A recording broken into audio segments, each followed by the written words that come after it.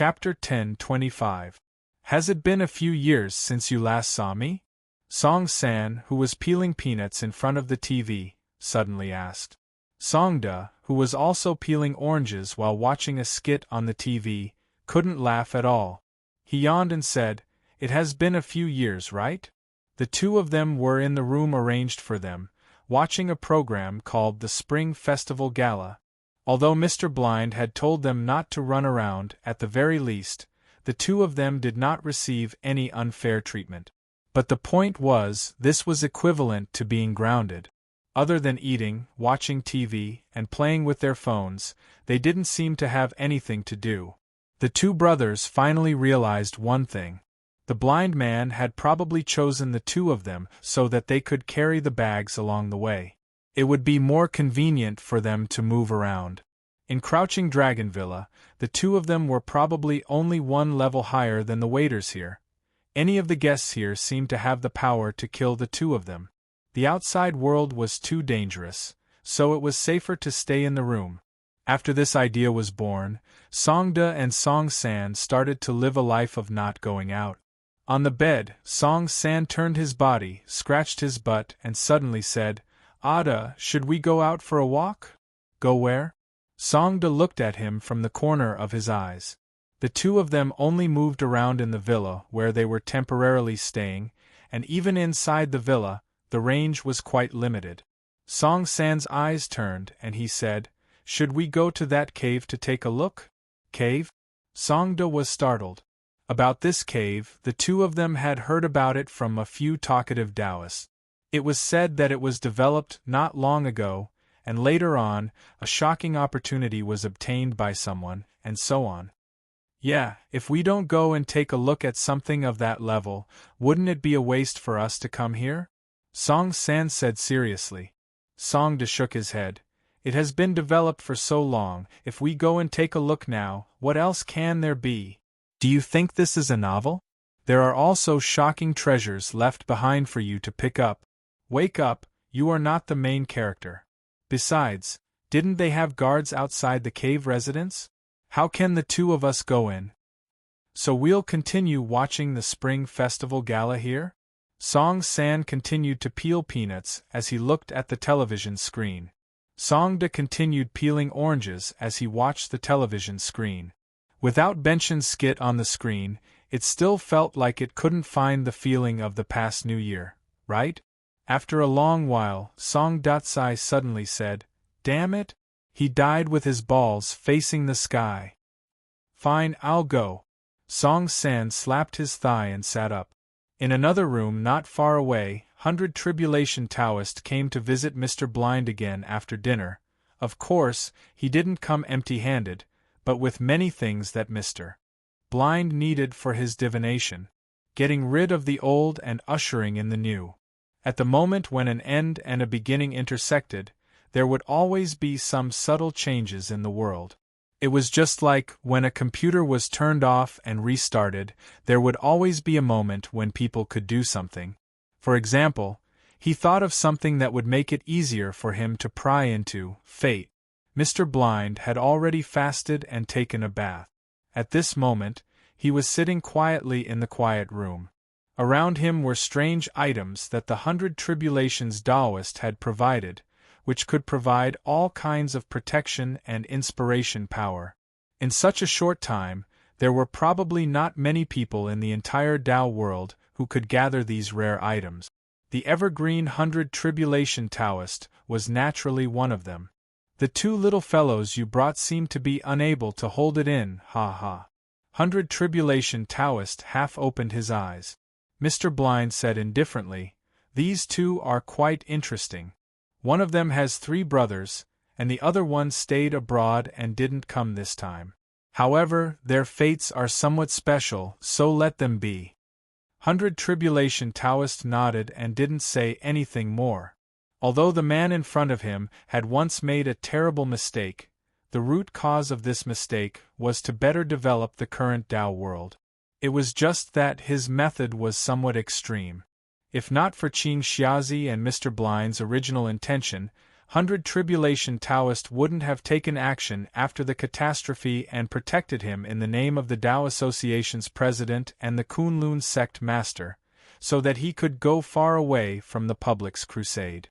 Seeing that Mr. Blind had already started meditating and was preparing for the divination several hours later, 100 Tribulation Taoist also entered a meditative state. Originally, he had intended to ask Mr. Blind to do a divination for his sect.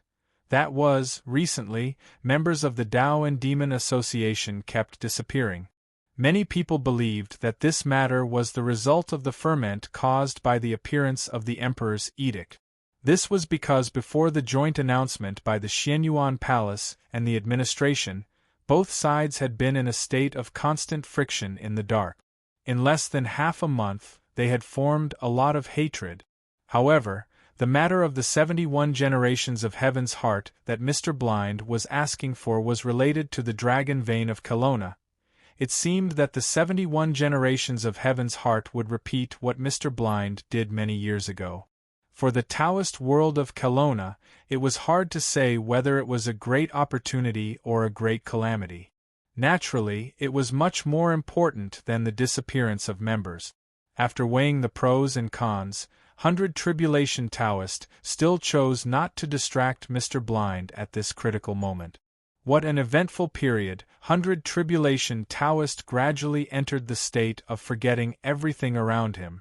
At this time, the parasol tree outside the house was rustling in the wind. Actually, Master Song was also good at cooking. In fact, he learned this skill from his fourth uncle, who was the cook at home.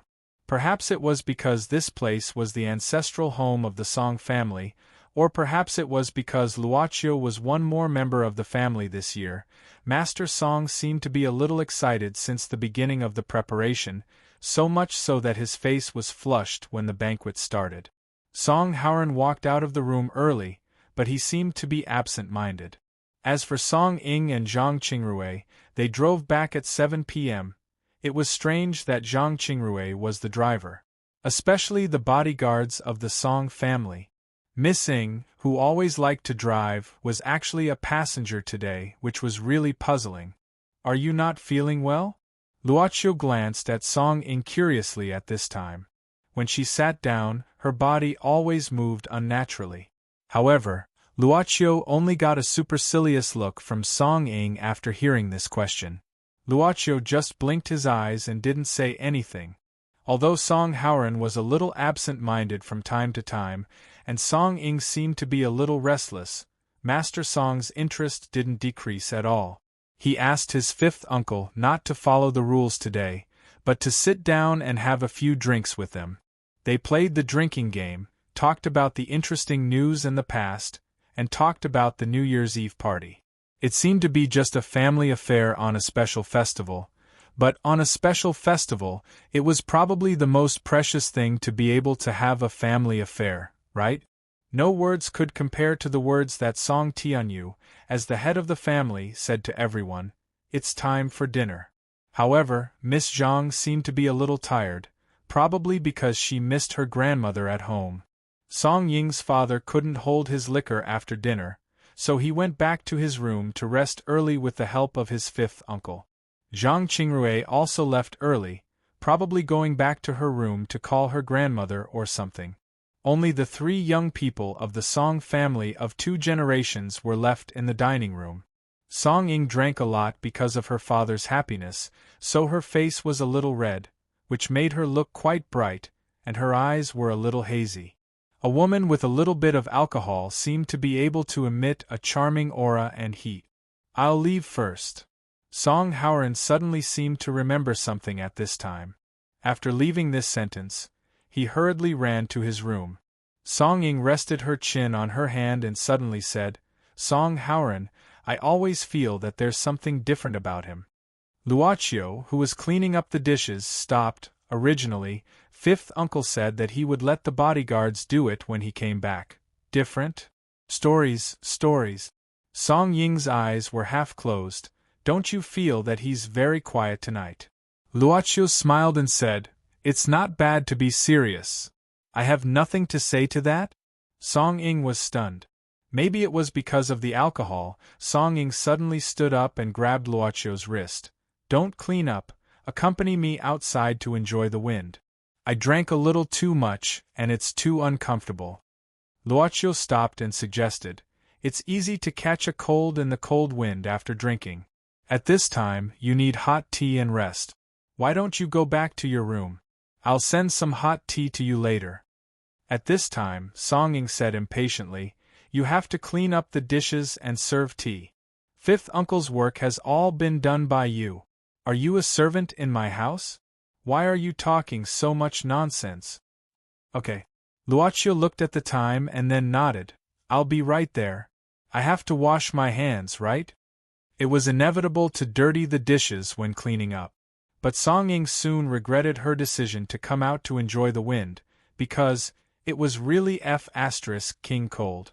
The heat emitted by the alcohol was quickly taken away by the cold wind. Song Ying sat on the steps of the pavilion outside the yard, rubbing her hands. After exhaling, she couldn't help shivering and hugging her body. She muttered, damn head, it's been so long. I'm freezing to death. That's why I suggest you go back to your room.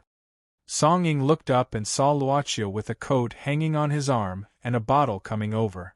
Wow, the coat was obviously brought for her and was delivered to her. Her body was very obedient. Song Ying put it on without saying anything. What's this? Seeing Luochio sitting next to her, Song Ying looked curiously at the bottle brought by Luochio. After unscrewing the cap of the bottle, Luochio poured out some sticky carrot-red liquid.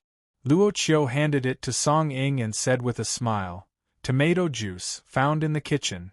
I squeezed some, it's good for hangover. Song Ying looked at the unknown object with some hesitation. After hesitating for a while, she held the cap and drank it in small mouthfuls. It's disgusting. Why is tomato juice salty? Maybe it's because of the salt, but the effect will be better this way. Luochio explained. What kind of damn prescription is this? Song Ying frowned. Even so, she still drank it mouthfuls. She looked like a child who was forced to drink bitter medicine by her parent. After going through so much trouble, it finally looked like it was finished.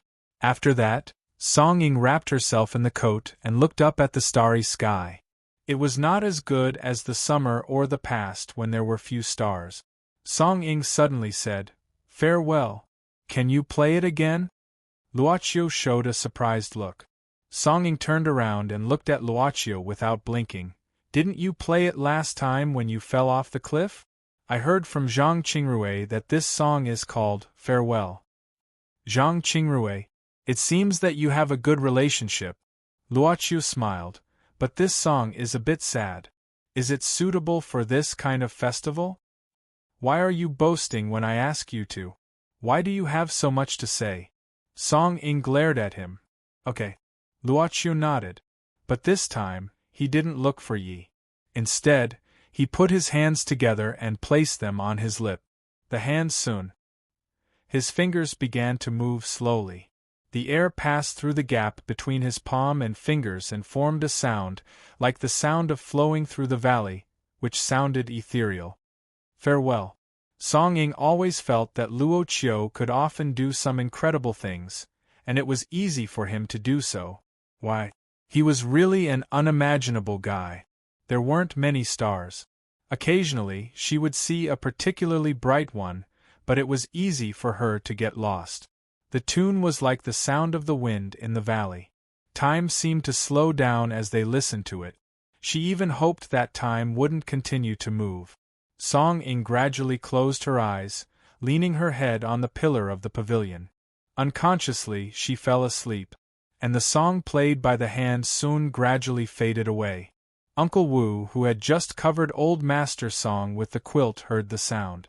He stopped and looked towards the direction of the sound. He didn't know where the song came from, but it was very comfortable. In the room, Zhang Qingrui was still whispering to Zhang Lilanfang. When the song was delivered, she was lost in thought. But soon she continued to talk with her grandmother. The light seemed to be hazy. In the wing room, Song Hauran was walking around with an ancient book in his hand. It seemed that he was thinking about something. But at this moment, he suddenly stopped and walked to the window, looking up at the night sky. He didn't look at the stars, only at you. Then, he smiled, as if he had gained some new insights, and quickly flipped to a new page. This year was almost over. 10 o'clock in the evening. The pendulum clock in the lobby of the club rang. Luocio came back. After sending Song Ying back to her room, the matter in the ancestral house of the Song family had come to an end. But to Luocio's surprise, he didn't see Yu Yi. Instead, he met a somewhat unexpected guest, Nero. Most of the time, Luocio actually felt that Nero was a very careless person. For example, at this moment, Nero appeared in front of Luocio in a slightly bad state. It seemed that Nero had just taken a bath. She was lowering her head and wiping her hair with a towel, walking out. By the way, beautiful young lady, can you lend me a set of clothes to wear? Oh, boss, good evening.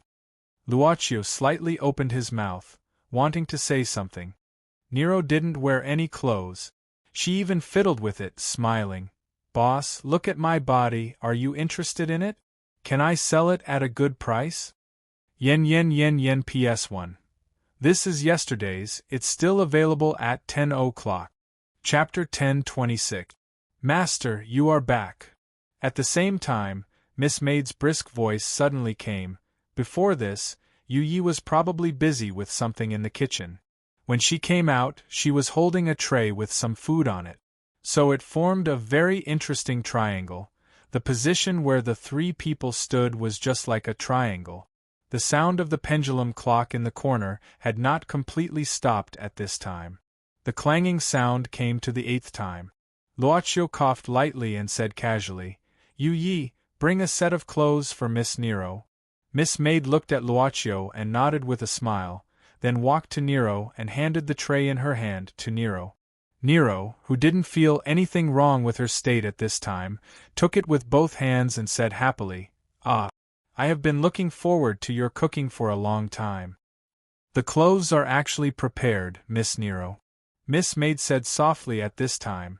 In addition, can I invite you to eat in the bathroom? Nero blinked. She always felt that eating in the bathroom was a very sad situation. Can I? Miss Maid asked again with a smile. Okay. She always felt that if she shook her head, she would die in the next second. Nero quickly held the tray with both hands and stepped back step by step, then disappeared from the corridor. Master, the dirty things have been dealt with. So Miss Maid turned around again. What to deal with? Luocio had to smile a little awkwardly. Welcome back. But Miss Maid quickly grasped the opportunity to bully. This was the first time Luocio returned after the club moved back. I'm back. Luocio nodded. Anyway, let's go to the study first. It was the sound of pages turning. Luocio was looking at the business that Yu Yi did during his vacation. The club's business had never stopped, but Luocio didn't pay attention to it during this time. Whether it was when they were still in South America or during this short period of time when they returned, Yu Yi had completed a lot of transactions. However, they were all the voices of ordinary people who used their memories, talents, or health in exchange for something more important. Luocio hurriedly took a few glances, but there was nothing of interest. There was a knock on the door of the study. Yu Yi came in with a tray. There was a bowl of steaming hot food on it. Luocio smelled it but did not see it, so he asked curiously, What is this? I just made the dumplings today. I heard that there's a tradition of eating dumplings during Chinese New Year, just like eating turkey at Christmas. She placed the finished dumplings in front of Luocio, along with some fragrant vinegar. It seemed that he had done his homework in this regard. Just made it? Luocio looked at Yu Yi with some surprise. Yu Yi nodded and said, I bought the materials in the afternoon, and then I thought that the master might come back, so I temporarily processed the fillings. Later, when I was making the dumpling skin, I sensed that Ms. Nero's black card had a change, so I went out. Yu Yi quickly explained Nero's matter from beginning to end. Xianyuan Palace? Luocio pondered for a moment, and then stretched out his hand. Suddenly, A rolled-up parchment fell into Luo Chio's palm. He opened the parchment and read it. It was the information about Xianyuan Palace, which Luochio bought directly from the altar at this moment. It seems that I have to gradually start to deal with these organizations of transcendence.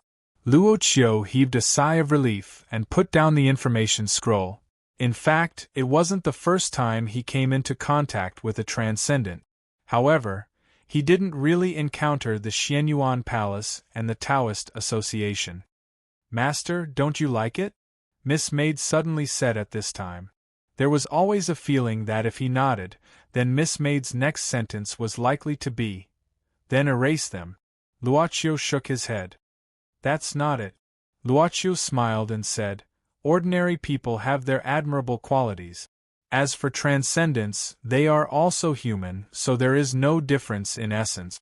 On the contrary, because the power is far beyond ordinary people, after experiencing things that ordinary people can't feel, it becomes more worth looking forward to?" "I think the master may think so." Yu Yi nodded. "So, regarding Miss Nero's commission, I chose to withdraw instead of doing it cleanly. I think in this case, Miss Nero should still have intersection with them in the future. Because there was already a contradictory relationship, when there was intersection in the future, there might be a need. It meant that there was business to do." "You always do well." Luochio smiled, then said softly, Come closer." Miss Maid, with some doubts, went around the desk at this time and came to Luochio's side. Luochio stood up, took a tissue from the desk, and gently wiped Yuye's face. "The flower is stuck. Maybe it's because I was in a hurry." Yuyi said apologetically, "I'm really sorry to let you see me sloppy." "It's okay." Luochio shook his head. "And how should I put it? I feel a little cute. Maybe it's the contrast? But it's quite strange.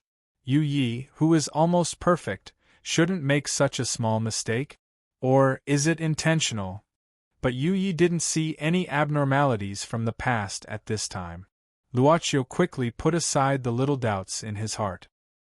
He sat down again and began to taste Yuye's dumplings. It should be said that Yuye's products must be the best, right? Although he had eaten the New Year's Eve dinner cooked by Master Song, he felt that he could still eat the dumplings of the middle taste. "By the way, where is Taiyinzi?" Luochio asked while eating. "He seems to be planning the New Year's event in the game world, right?" Yuyi thought for a while and said, "I heard that except for the boss of the New Year's special event, players are allowed to fight it. For this, it seems quite lively, those players. Last time it was a special plan for Christmas, this time it's a New Year's event." Luochio smiled and said, "Quite diligent, GM. Then, what about number 18 and Taisetsu, are they okay?" Yuyi said, "Nothing special. Since number 18 chose her target, she has been dealing with the new target recently. In addition, Taisetsu was thrown into the dimensional crevice by number 17. She should be planning to let Taisetsu release Jean Lu's power through actual combat. Number 18 seems like she is still playing the training game. Wang Yuechuan." Luochio tapped his finger. How to say it, as a boss, it was necessary to be more concerned about the needs of the employees than the customers. So whatever number 17 wanted to do, Luochio didn't stop him at all. Anyway, number 18 didn't violate any of the club's rules. The dimensional crevice. Luochio was somewhat interested in this. "I went there not long ago and roughly understood the environment there." "Master went to the dimensional crevice?" Yuyi opened her mouth in surprise. "Is it too reckless?" Luochio asked curiously. "Too reckless?" Yuyi stared at Luochio, which was rare, and even felt a little strict. Yuyi has already said that even if the master doesn't die, he doesn't want to see his body hurt and suffer pain. "Sorry, I won't do it next time." Yuyi sighed and said, "The dimensional crevice, when the previous boss was still alive, I accompanied him several times. In the dimensional crevice, there are a few who are on par with me, or even slightly better. Although they can't cause any harm to the master, they are relatively low. If the master moves inside, He needs to pay more, so there is no need to waste. And I can feel it too. Luocio nodded. In the dimensional crevice, the transmission of power is slightly obstructed, but the impact is very small. Do I need to pay extra? I see. It seems that I really need to pay more attention next time. It's about an extra 10% or so. Yu Yi thought for a while and said, I remember the previous boss mentioned this before. 10%? Luocio was stunned and then said jokingly, it feels like it has become something like the exchange rate or the payment of import and export taxes. After all, the dimensional crevice is a no-man's land outside the history of all the world. Strictly speaking, it is outside the main composition of the world, so it's considered an illegal area. Yu Yi nodded. In other words, we are in a legal area. The club is within the law, Luocio suddenly said. However, Yu Yi suddenly stopped moving. Her eyes, expression, everything seemed to have stopped. Luocio opened his mouth and then shook his head. A similar situation had happened before. It wasn't that she was being monitored, but that she was being rejected. But since she stopped at this place, it meant that her question had touched the edge, right? Illegal, legal, submanager, area, different sequence worlds, composition inside and outside. After all, the dimensional crevice is a no-man's land outside the history of all the worlds. Strictly speaking, it is outside the main composition of the world, so it's considered an illegal area. Yu Yi nodded. Then we really need to pay more attention. Luocio smiled slightly. Yu Yi asked curiously, Master, have you finished eating? She looked at the porcelain bowl on the table. It was basically finished by her master. But there seemed to be something wrong. She felt that she didn't see her master eat so much, and, because the taste is too good, I unknowingly ate. Luocio stretched, stood up, and closed the account book on the table. Yu Yi asked softly, Master, are you going back? Yes. Luocio nodded. I haven't gone back for a while. Yu Yi was slightly surprised, then reacted, You mean, Miss Ren? You come too. Luocio nodded, reaching out his hand to Yu Yi. It was almost 12 o'clock at midnight. In a corner of the night, a hand raised and a knife fell, a hand knife. The person lurking in the dark was simply hit to the ground by a hand knife. But before he fell to the ground, he was supported by someone. It was Jessica who supported the unconscious lurker. As for the one who knocked him out, it was obviously his current master, Su Zijuan. After putting the unconscious guy aside, Jessica looked at Su Zijuan with confusion. Logically speaking, this lurker should be here to monitor something. But even so, he shouldn't have any relationship with them. She didn't understand Su Zijuan's intention. Su Zijuan looked at the villa not far away. That's my family's property. Some of my acquaintances live there. This guy is spying here, I don't like it. This made Jessica more confused. If so, shouldn't it be better to capture him and interrogate him by torture? Su Zijuan said, The guy who ambushed us here is a silver sword warrior. You could say that he's my retainer. So, your henchman lurked here to monitor your acquaintances who live in your family's property. Jessica just felt that the relationship was a bit complicated. Elder sister. However, in the darkness, a slightly agitated voice suddenly rang out. Jessica was shocked. She put on a defensive posture. But a shadow suddenly appeared in the dark at a speed that Jessica couldn't catch. It was a very handsome young man, but his face was a bit pale. Besides, his lips were thin and seemed to have a strange purple color. After this young man appeared, he looked very excited, but at least he didn't bring any threat. Moreover, he seemed to be her master's acquaintance? Elder sister was her master's younger brother? Ghost baby, why are you here? Su Zijuan frowned. Obviously, it was out of her expectation to meet Ghost Baby here, but she wasn't too surprised. Ghost Baby's origin was very special. It was a special ability of his race to detect aura. Even if she didn't pay attention, she would be detected. Master Turtle asked me to go out and do something. I just came back, so I came here to check the situation," Ghost Baby said directly. "Here." Su Zijuan frowned. "Since you know this place is under surveillance, why did you leave it here?" Ghost Baby said. "Master Turtle said that since we know who sent the sentry, there's no need to alert the enemy. Anyway, if one sentry is sent here, there will be another sentry. Just do whatever you want. I think that old turtle is too lazy to do anything." Su Zijuan showed a look of disdain. Lin Sanjia glanced at Ghost Baby and saw that he was holding something that looked like a document bag. She became curious. However, Ghost Baby was trying to hide the document bag as fast as he could. But he reacted quickly. Such an action would only make Su Zijuan more suspicious. According to Su Zijuan's character, she might give it to me. Sure enough, Su Zijuan gave the order without hesitation. Ghost Baby always followed Su Zijuan's order more than Chi-Chi Kamaya's. So he gave the document bag to Su Zijuan without hesitation. Master Turtle, I'm sorry." Seeing Ghost Baby's strange expression, Su Zijuan was more confused about the contents of the document bag. She opened the document bag and took out the things inside. It was a stack of photos. She frowned and looked at them. When did this old dirty turtle have such a hobby? They were pictures of little girls who were either angry, silent, or smiling. I can't comment on Master Turtle's hobby, sister." Ghost Baby lowered his head. Su Zijuan glanced at Ghost Baby suspiciously, then continued to stare at the photos. Suddenly she said, "Who is this little ghost? She feels so familiar.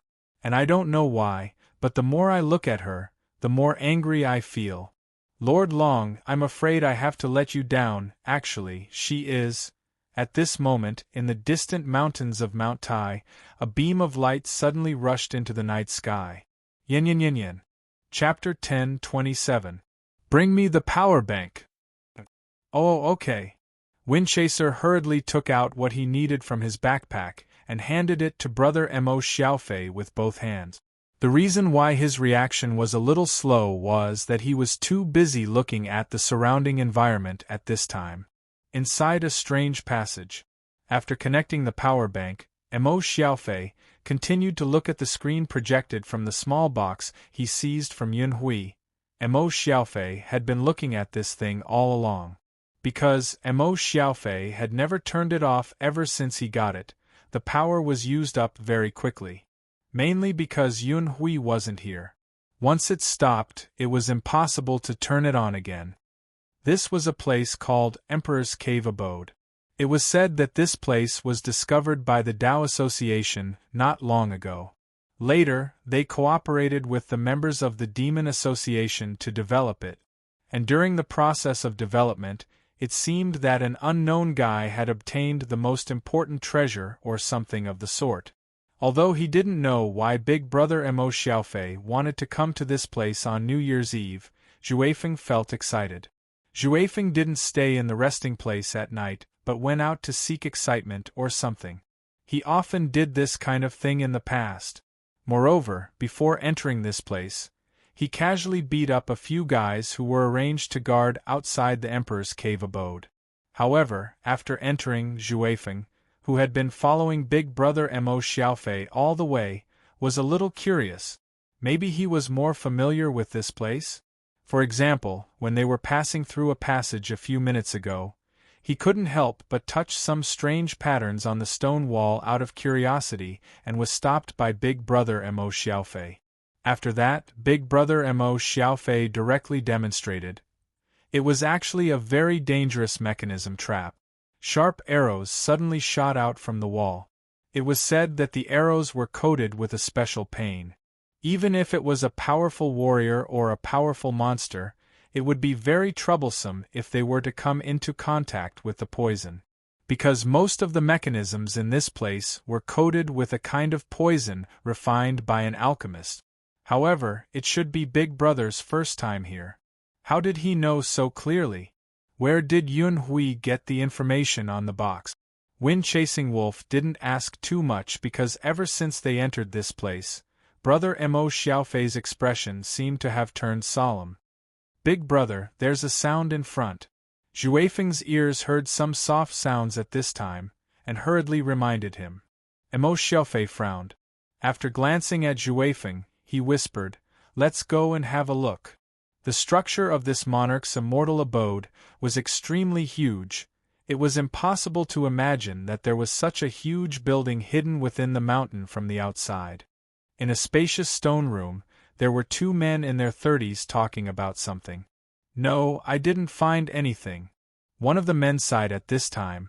"It's finally our turn, but I'm afraid we won't even get to eat the leftovers. After all, we are just small shrimps. If there were any treasures left behind, they would have been discovered by the previous big shot." The other man said helplessly, "In the end, if there were any valuable treasures, it wouldn't be our turn now, right? It seems that it's a waste of effort to take advantage of the gap on New Year's Eve. If I knew this would happen, I would have attended the party held by the two big shot. I heard that the female demons of the Vermilion Bird clan are outstanding beauties." "Humph!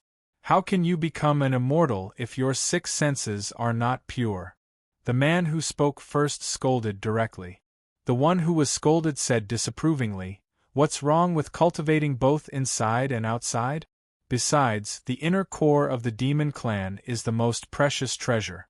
If the demon clan sincerely invests in it, your magic power will naturally increase greatly. Senior Brother's immortal abode also hides a few female demons to provide you with core essence every day, right? Besides, if your strength increases, you will have the right to speak in the Tao Association. It's much better than staying in this broken place. Who are you?" The two men's expressions suddenly became fierce. Although they called themselves small fries, in fact, they had to have a certain strength to be able to obtain approval to enter under the joint supervision of the two associations. One of the men waved the back of his hand and a crescent-shaped ripple spread out. In the spacious stone chamber, the ripple seemed to have encountered something and slowed down a little. Then, it continued to disperse to both sides. At this moment, at the place where the ripple slowed down, a figure gradually emerged. It was a little small and wore a long black robe with a white mouthless mask on its face. Its appearance immediately made the two Taoists on guard. "Who are you? Only the two of us have been approved to enter today. Did you barge in without permission?" The voice of the mysterious person wearing the white mouthless mask was somewhat low and hoarse. It was impossible to tell whether it was a man or a woman.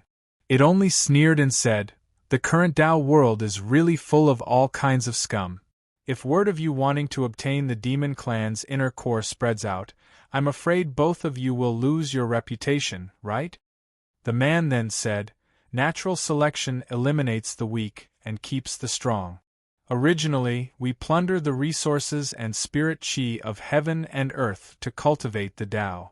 If the demon clan is weak, why can't they provide us with cultivation resources? However, you are hiding your head and showing your tail. Your origin is unknown, and you barged into the immortal abode without permission. In my opinion, I'm afraid you are not a good person, right? Although the people in the Tao world have restrained themselves over the years, there is no lack of upright people among them. Sooner or later, there will be problems with scum like you. It's better to be crippled here." "What arrogance!" one of the Taoists snorted. At that moment, he formed a seal with his palm and stood in front of himself. Then, his chest swelled and he blew out a breath of air forcefully. At the same time, a huge flame was blown out of this Taoist's mouth. Like a flaming gun, the raging flames instantly erupted. However, this uninvited guest ran at an extremely fast speed, easily dodging the flame that was sprayed at him. However, this flame followed closely as the Taoist's head swayed. This intruder moved vigorously and suddenly ran on the wall. Not only that, but it even ignored the effect of gravity and used the wall as a stepping board to easily jump onto the ceiling of the stone room. Continued to walk upside down as if it was walking on flat ground. This was an extremely fast process. "Be careful!" At that moment, the intruder was flipping in the air from top to bottom. Seeing that it was about to kick the Taoist who was breathing fire, the Taoist's companion quickly pushed him away and dodged the intruder's sudden attack. This kick landed directly on the hard floor and instantly shattered it. At that moment, the two Taoists were secretly alarmed.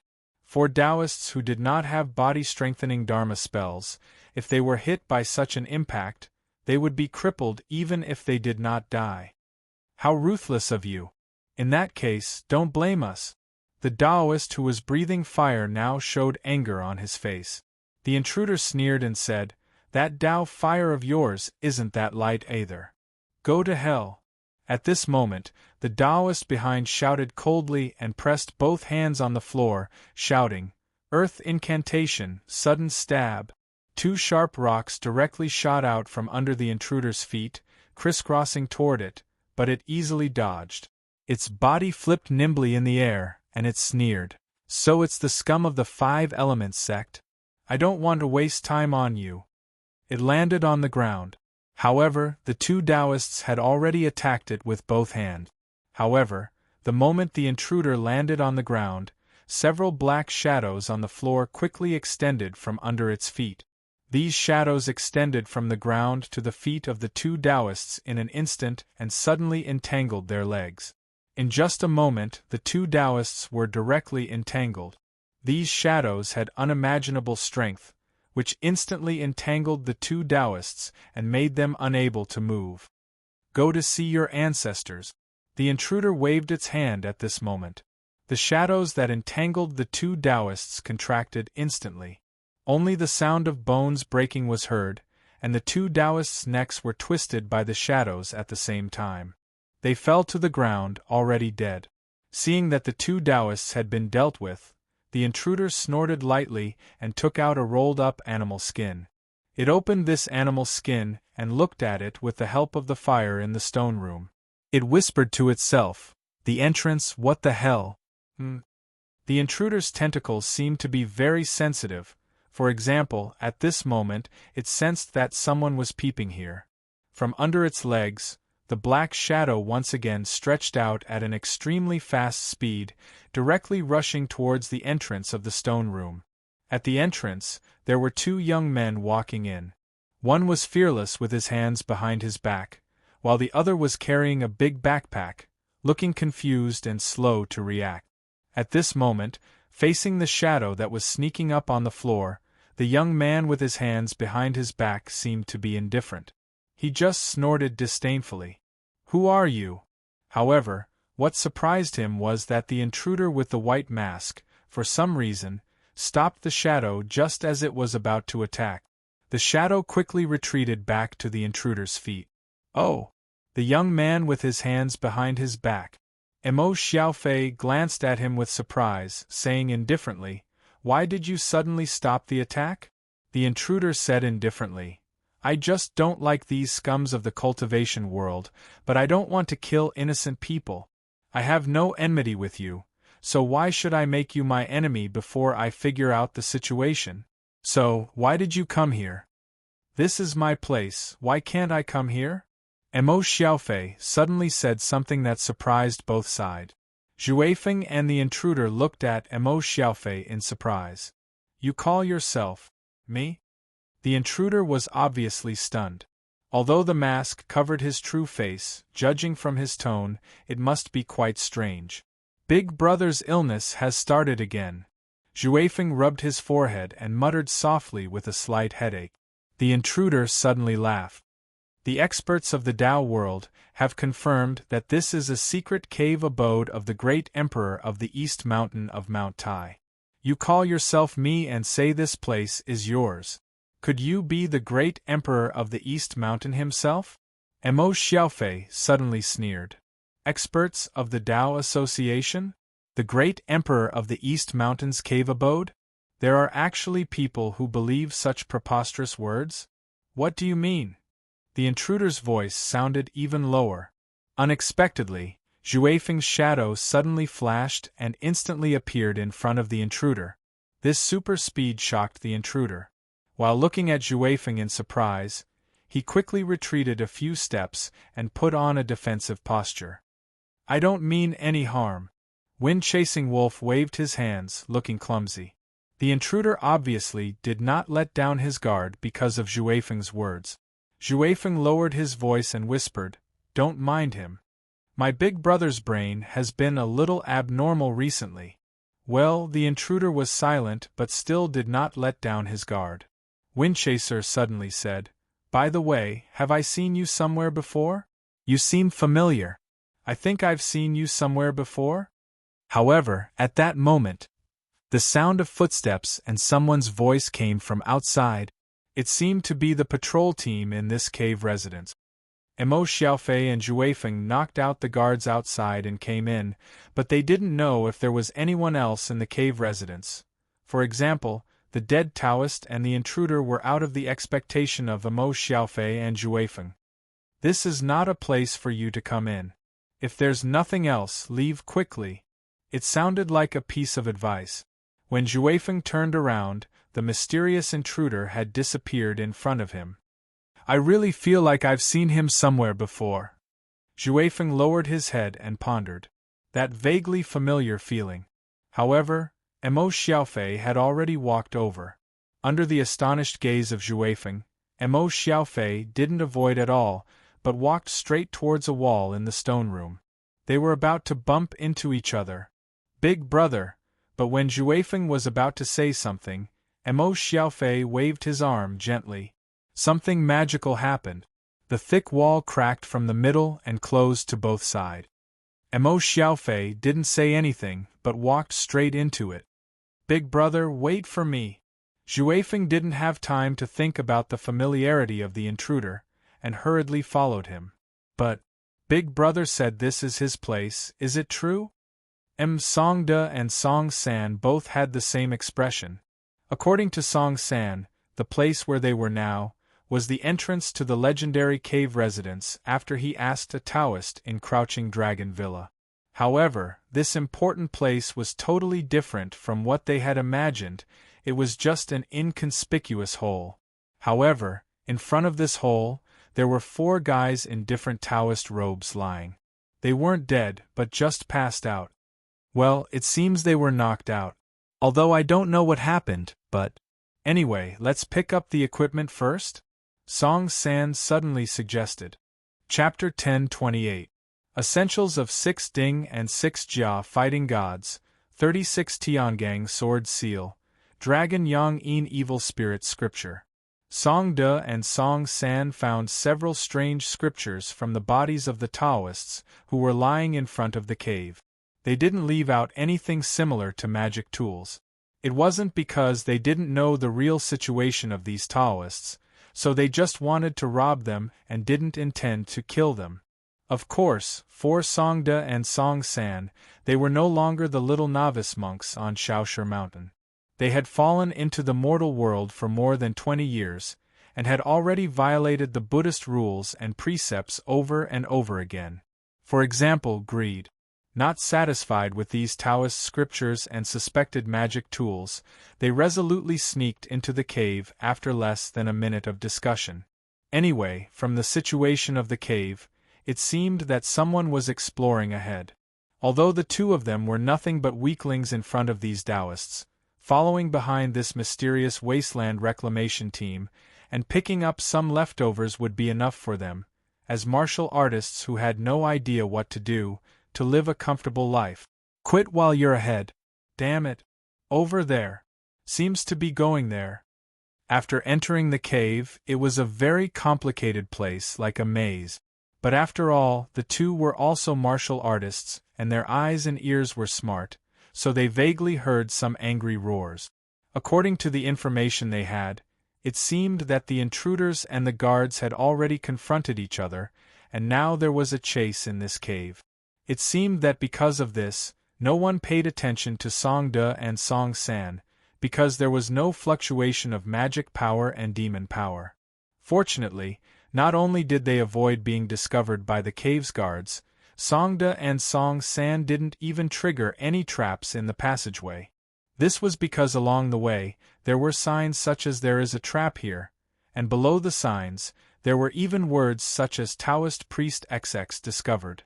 It seemed that they were specially left for the people who applied to enter the cave later. Something like a warning sign for tourists in tourist areas. Ada, there's also one here. Song San's eyes were shining at this time, and saw that in a spacious stone room, there were 2 Taoists lying there. They're already dead. Songda carefully went forward to check, and found that the 2 Taoists had died because their necks were twisted. The 2 of them looked at each other. Without saying anything, Song San dragged the corpses of the 2 Taoists to a corner to take advantage of the heat, to take advantage of the opportunity to pick up the items again. Songda, on the other hand, stood at the entrance to watch the wind. 5 Elements Secret Method. True Fire Technique, 5 Elements Secret Method. Earth Congealing Technique, Bedroom Technique. There were also a number of strange objects and 2 wallets. There was no limit to greed. After obtaining several scriptures too smoothly, Song San had already unlocked the mechanism in his body. He looked up excitedly. Ada, let's change locations and continue. Ada? At this time, Songda was retreating step by step, and in front of Songda, there was a mysterious guy who was a little thin but wearing a white mask. The masked man walked in step by step. At this time, Songda retreated to Song San's side with a dignified expression. He whispered quickly, "This guy may be the intruder who broke into the cave before us. After all, if he was the patrolling guard of the cave, such a disguise was too strange. Senior, the 2 of us only entered this cave out of curiosity. These things were also picked up. If you are interested, take it as a gift from us 2 brothers." Songda knew how to read the situation. They were the kind of people who would die if they met anyone here. Although the treasures were good, they needed to be alive to enjoy them. Although Song San was reluctant, he still put down the things he picked up slowly on the ground, and then raised his hands obediently. He said, "I didn't hide anything. If you don't believe me, I can take off my clothes." The masked man just casually glanced at Songda and Song San, and then looked at the opened animal skin in his hand. Faintly, the 2 brothers seemed to hear the whispers of the other party. "Strange, we still came back here. Where did those 2 guys go? Could it be those 2 fellows? Who are those 2 fellows?"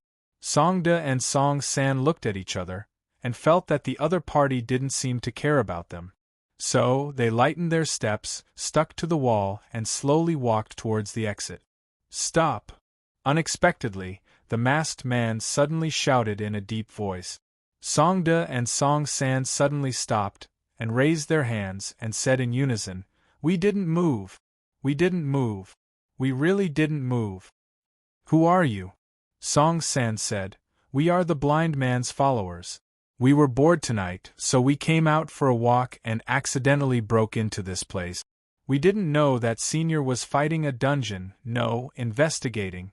So, if we offended you, please forgive us. End of report." "Blind man? Who's the blind man?" the masked man asked curiously. Songda quickly said, "They all called the blind man Qin Xiazi." "Qin Xiazi?" The masked man was obviously stunned, and said in disbelief, "It's actually him, the previous successor of the cloth sect, the great sinner Qin Xiazi? F***ck. Does your mother know that blind man is so F***king awesome? What the hell is a great sinner? I just wanted to use you to see if you have any friends in the Jianghu to get some face recognition? Senior, please spare us." Song San quickly said, "We were really just passing by. We didn't know the blind man's identity, we were just hired by him." "Humph." The masked man snorted, "Seeing the 2 of you looting the corpses, I don't think you are good people. I can't let you live." Tonight, he hid his identity, and took advantage of the Kuanping Villa and Crouching Dragon Villa's social gathering to come here secretly. He didn't want anyone to find out about his whereabouts. But at this moment, Song San suddenly waved his hand, and a thick cloud of smoke came out from his sleeves, filling the surrounding space. "Ada! Wind tight! Retreat! You don't know what's good for you!" the masked man shouted coldly, and with a step, several slender shadows suddenly shot out from the ground. Songda and Song San couldn't see the shadows for a moment, but even if they saw them, they wouldn't care, because the two of them were running toward the exit. Even if the shadow behind them was a missile, they wouldn't care so much. Running away was the right thing to do. However, what made the two of them cry out in their hearts again was that when they were about to rush out of the exit, a strange force suddenly knocked the two of them back into the stone room. The huge force made Songda and Song San fly back into the stone room, and hit the wall directly. The two of them spat out a mouthful of blood at the same time and fell to the ground. Songda practiced thwart training, so his resistance was strong, and he was able to get up with some difficulty. Song San was really unable to move. He fell to the ground, and it was very difficult for him to move. As for the masked man's shadow, it seemed to be blocked by something, and couldn't move half an inch. The masked man waved his hand at this time, and the shadow on the ground quickly returned to his body. At the same time, he was on alert. At the entrance, a figure slowly walked in. Songda touched the blood on his mouth, glanced at it, and found that the intruder was also a guy wearing a mask, a very thick bronze mask. Not only that, the guy with the bronze mask was holding a slender iron chain in his hand. This iron chain was like a spirit snake, bending like a living thing, and kept swinging, and this iron chain tied different people one after another. Songda recognized some of them, who were obviously the Taoists he and Song San picked up at the entrance of the cave. Some of them he didn't know, seemed to be the guards patrolling in the cave residence. In addition, there were two young people who didn't seem to be Taoists. It seems that it's very lively here tonight. The mysterious man with the bronze mask looked around the stone room, and finally his eyes fell on the masked man without a mouth, and suddenly said, "The power of shadow? What a rare guest. You should be from the Plateau Greedy Wolf clan, right? There are not many Greedy Wolf clan members in this Penglai meeting of Mount Tai. The power of shadow belongs to a relatively advanced inheritance of the Greedy Wolf clan. Well, are you a wolf guard of the Greedy Wolf clan, or the young master of this generation? Who are you?"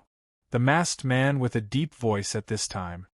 "I'm just a dying man," the man with the bronze mask said indifferently, "but before dying I want to do something else." "Is that so?" The masked man seemed to be thinking. Just at the moment when he was thinking, dozens of shadows suddenly stretched out from under his feet, like a blooming black lotus.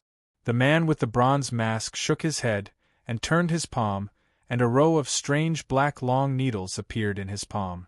These long needles were shot out from the palm of the man with the bronze mask, and all of them were nailed on the shadows that flew out. These long black needles seemed to have a special power. After nailing the shadows tightly, the shadows were directly imprisoned in place, and couldn't move. At the same time, the man with the bronze mask suddenly opened his palm, and a thunderbolt shot out from his palm. The thunderbolts scattered in the air, and fell on these long needles respectively. Chi-chi. The sound of the thunderbolt running. All the scattered thunderbolts, at this time, turned into shadows, and finally gathered on the masked man's body. The sound of pain. After suffering the power of the thunderbolt joint attack, the masked man almost collapsed to the ground at once. The man with the bronze mask coughed several times at this time, and seemed to be a little unstable, but the man with the bronze mask seemed to recover quickly. He waved his hand holding the iron chain, and the end of the iron chain suddenly shot out, rolled on the masked man's body, and tied him up completely. The masked man struggled hard for a while, but he couldn't get rid of it for a while.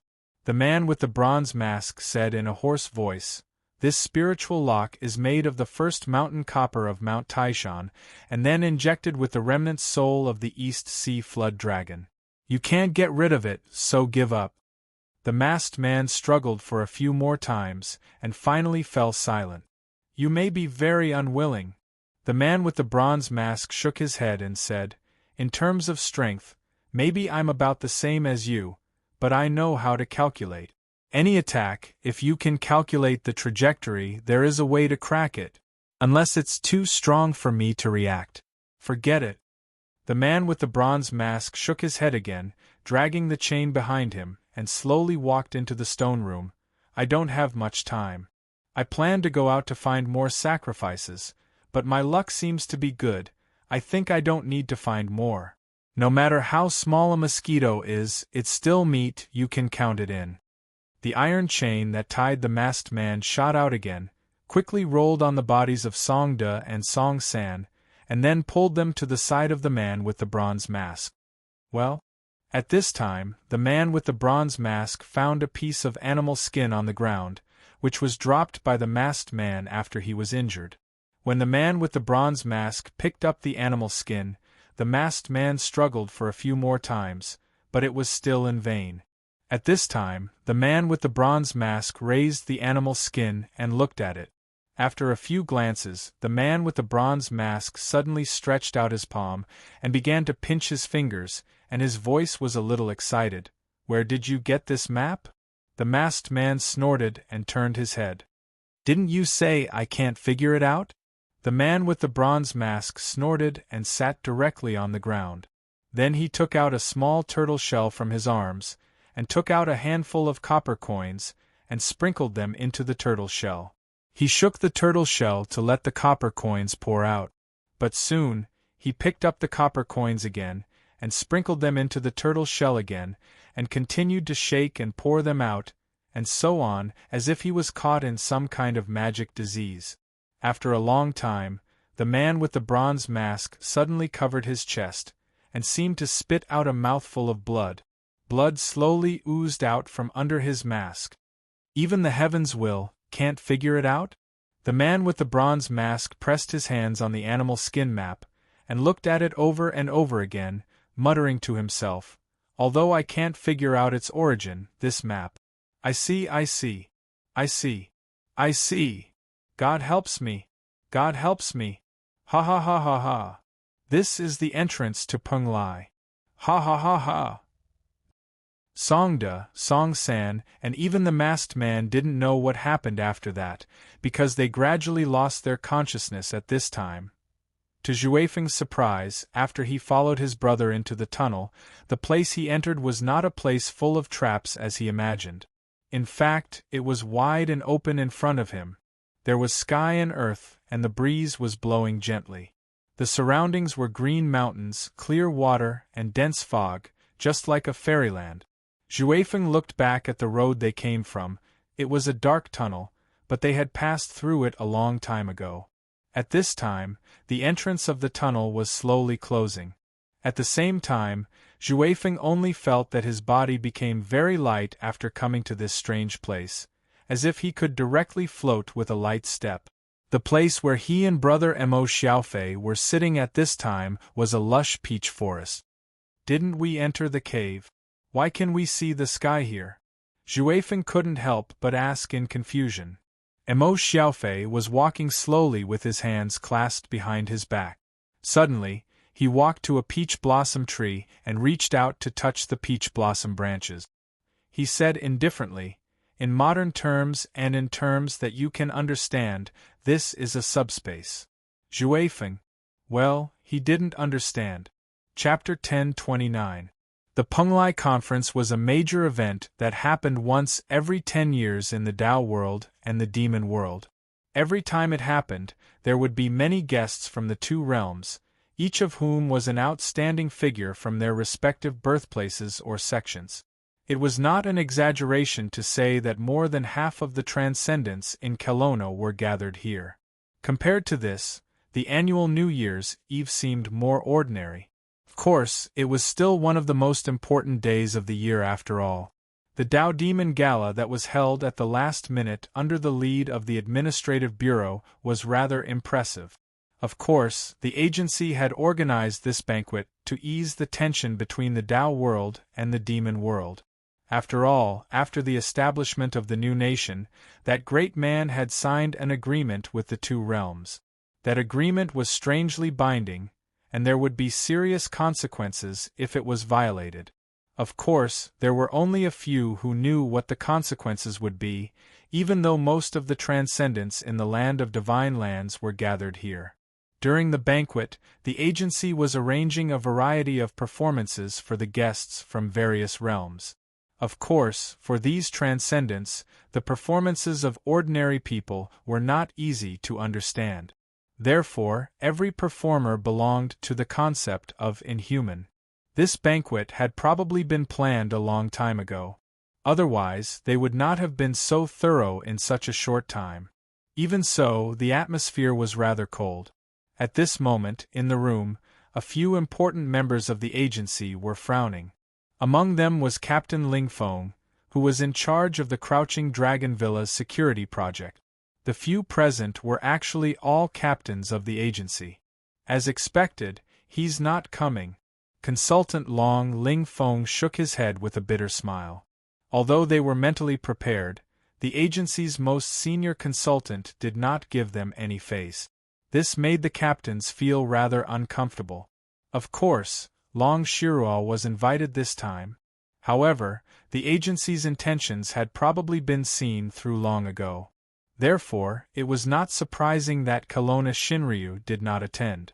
Ling Feng lit a cigarette in frustration. Of course, the group of captains had not gathered here to play Fight the Landlord or Golden Flower, but because of another sudden incident. More than 2 hours ago, there was a suspected incident of inhuman destruction in a small town at the foot of Mount Tai. According to the information sent back by the Bureau, the battle did not last long, and the number of casualties was not high. However, there were still 3 people who died, and it was a family of 3. Although for the administration, the number of deaths when encountering Taoists who had gone mad or rioting demons all year round was far more than this number, for the common people, such a tragedy was very serious, and it happened on the night of such an important festival. The emergency plan had been activated, and the higher-ups had given the order to erase the influence. However, because there was a live broadcast of a large-scale gala in the nation's capital tonight, and because there was a New Year's speech tomorrow, some of the people from the administration had been temporarily transferred back to protect the safety of the country's big shots. Therefore, during this period of time, the administration seemed to be a little understaffed in Mount Tai. Anyway, let's use the car accident as an excuse to cover it up. As for the media, let the local publicity department give the order, right? Let those civil servants who eat the government's food and don't work cancel their leave. A female captain said in an imposing manner. There's no need to discuss this here. The key is to find out the background of the 2 sides of this battle. Another captain said, the Kuan Prung Villa that I'm in charge of has no record of demons entering or leaving at night. Ling Feng also frowned and said, there's nothing particularly suspicious in the Crouching Dragon Villa. In other words, it's someone who is not on the registration list? Unknown background, unknown motive. However, one thing is for sure, at least one side is rational. Ling Feng muttered. According to the report, there was a sudden thick fog, and many people fell into a coma. Regarding the appearance of the thick fog, it has been temporarily dealt with by the accident of chemicals, but many residents rushed to the hospital overnight. The traffic in the town is now chaotic again. There are so many troublesome things. At the end of his sentence, Captain Ling Feng was already biting his cigarette while scratching his hair. In the end, he simply collapsed on the sofa. Using the thick fog to cover it up means that the other side at least knows the agreement and does not dare to easily expose themselves in front of the residents. This is considered to be moderation, or the type that does not kill indiscriminately. That female captain frowned and said, There's a possibility of rational negotiation? Could it be related to the recent mysterious disappearances of members from both the Tao world and the demon world? A four-eyed captain suddenly said. Captain Ling Feng turned his head. Speaking of which, how many disappearances have been recorded? The four-eyed captain pushed up his glasses and said, a total of 187 people from the Tao Association. As for the Kuan Pring Villa, a total of 217 demons have gone missing. There are actually so many? Captain Ling Feng sat up in surprise and said in shock, Didn't this just happen a few days ago? The four-eyed captain said solemnly, to be exact, this was discovered a few days ago. I'm afraid the official start was 2 months ago. 2 months ago, when the first batch of guests arrived. The female captain said in shock, why did we only find out now? The four-eyed captain said, on one hand, it's because these Taoists or demons are very undisciplined and difficult to manage. On the other hand, Taoists and monsters often went into closed-door training once they started cultivating. They often didn't show up for several months. After Momo's incident, both sides consciously counted the number of people and found that a lot of people were missing. In addition, there might be a lot of people who fought under the edict and killed each other in private. It's just that we can't distinguish who is truly missing and who died due to internal strife. We don't know where they died, but we can't find their bodies. Did you find the body of a White Tiger clan member yesterday? Captain Ling Feng looked at the captain in charge of the Kuan Pring Villa and asked. Yes, the identity has been verified. It's Huang Baifu's follower. You know what kind of person this White Tiger young master is. If we don't give him an explanation, I'm afraid he will dare to run to the capital and destroy our headquarters. The captain in charge of the Kuan Pring Villa sighed and said, however, I feel that the murderer might not be directly related to the disappearances. The female captain was puzzled. Why do you say that? The four-eyed captain said, it's very simple. We have been unable to find the missing people for a long time. Even their bodies have disappeared. It's like they have disappeared from the world. But this time, they just left the bodies at the scene. Maybe they didn't have enough time to deal with it? Ling Feng frowned. The four-eyed captain said, there have been so many disappearances, but I've never seen anyone who didn't have enough time to deal with it. If there's a conspiracy behind the disappearances, don't you think it's very stupid to leave the bodies behind? Suddenly, there was a knock on the door. At this time, a young man came in with several cups of water on a tray and distributed them in front of several captains. Lin Feng casually picked up a glass of water and took a sip before casually asking, "What's the situation outside?" The young man lowered his head and said, "It's not good."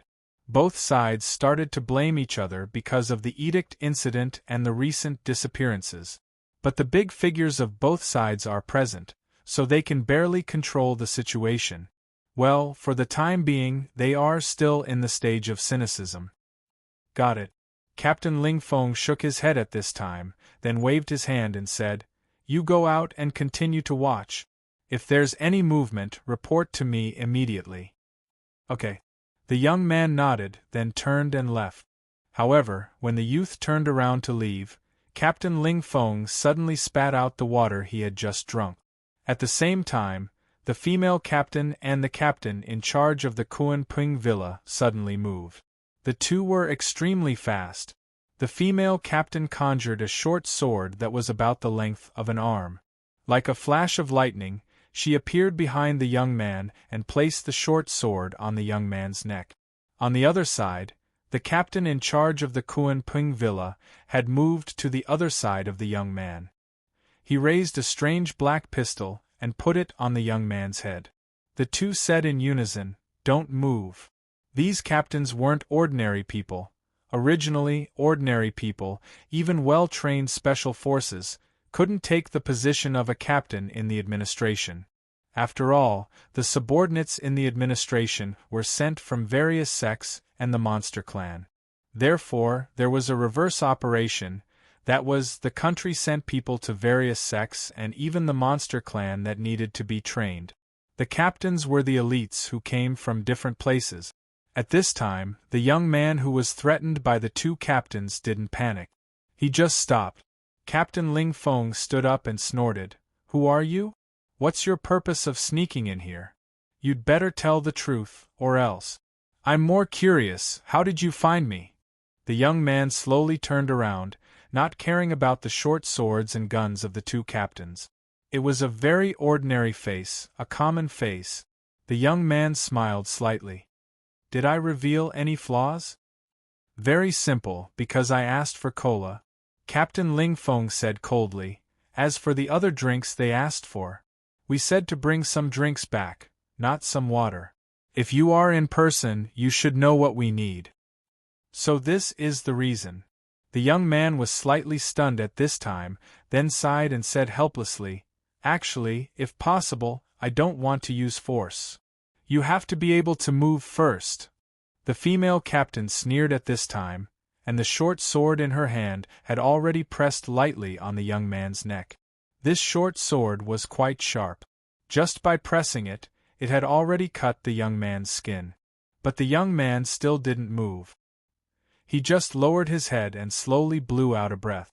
Answer the question, don't waste time. Captain Ling Feng took a step forward. However, at this moment, Captain Ling Feng's face changed greatly. Because, in front of his eyes, the young man's body suddenly split open. From the split body, the young man's flesh and blood were like a mixture of sodium dicanoate solution and concentrated hydrogen peroxide solution. The flesh and blood swelled and crazily squeezed out, and poured onto his body in an instant. What's this thing? Captain Ling Feng was greatly shocked, constantly struggling and waving his fists crazily. At the same time, the other two captains who were responsible for controlling the young man also attacked in horror, and the four-eyed captain who was sitting down was now painfully grabbing his neck, as if he was being strangled by something. Monster, go away! Don't come over, damn it! Guards! Help! Help! The blood demon has been reborn! That was the most powerful, most terrifying and dangerous enemy that these captains had ever encountered, but in fact, the room was very weird at this time, because the young man didn't move at all, but the four captains became abnormal at this time.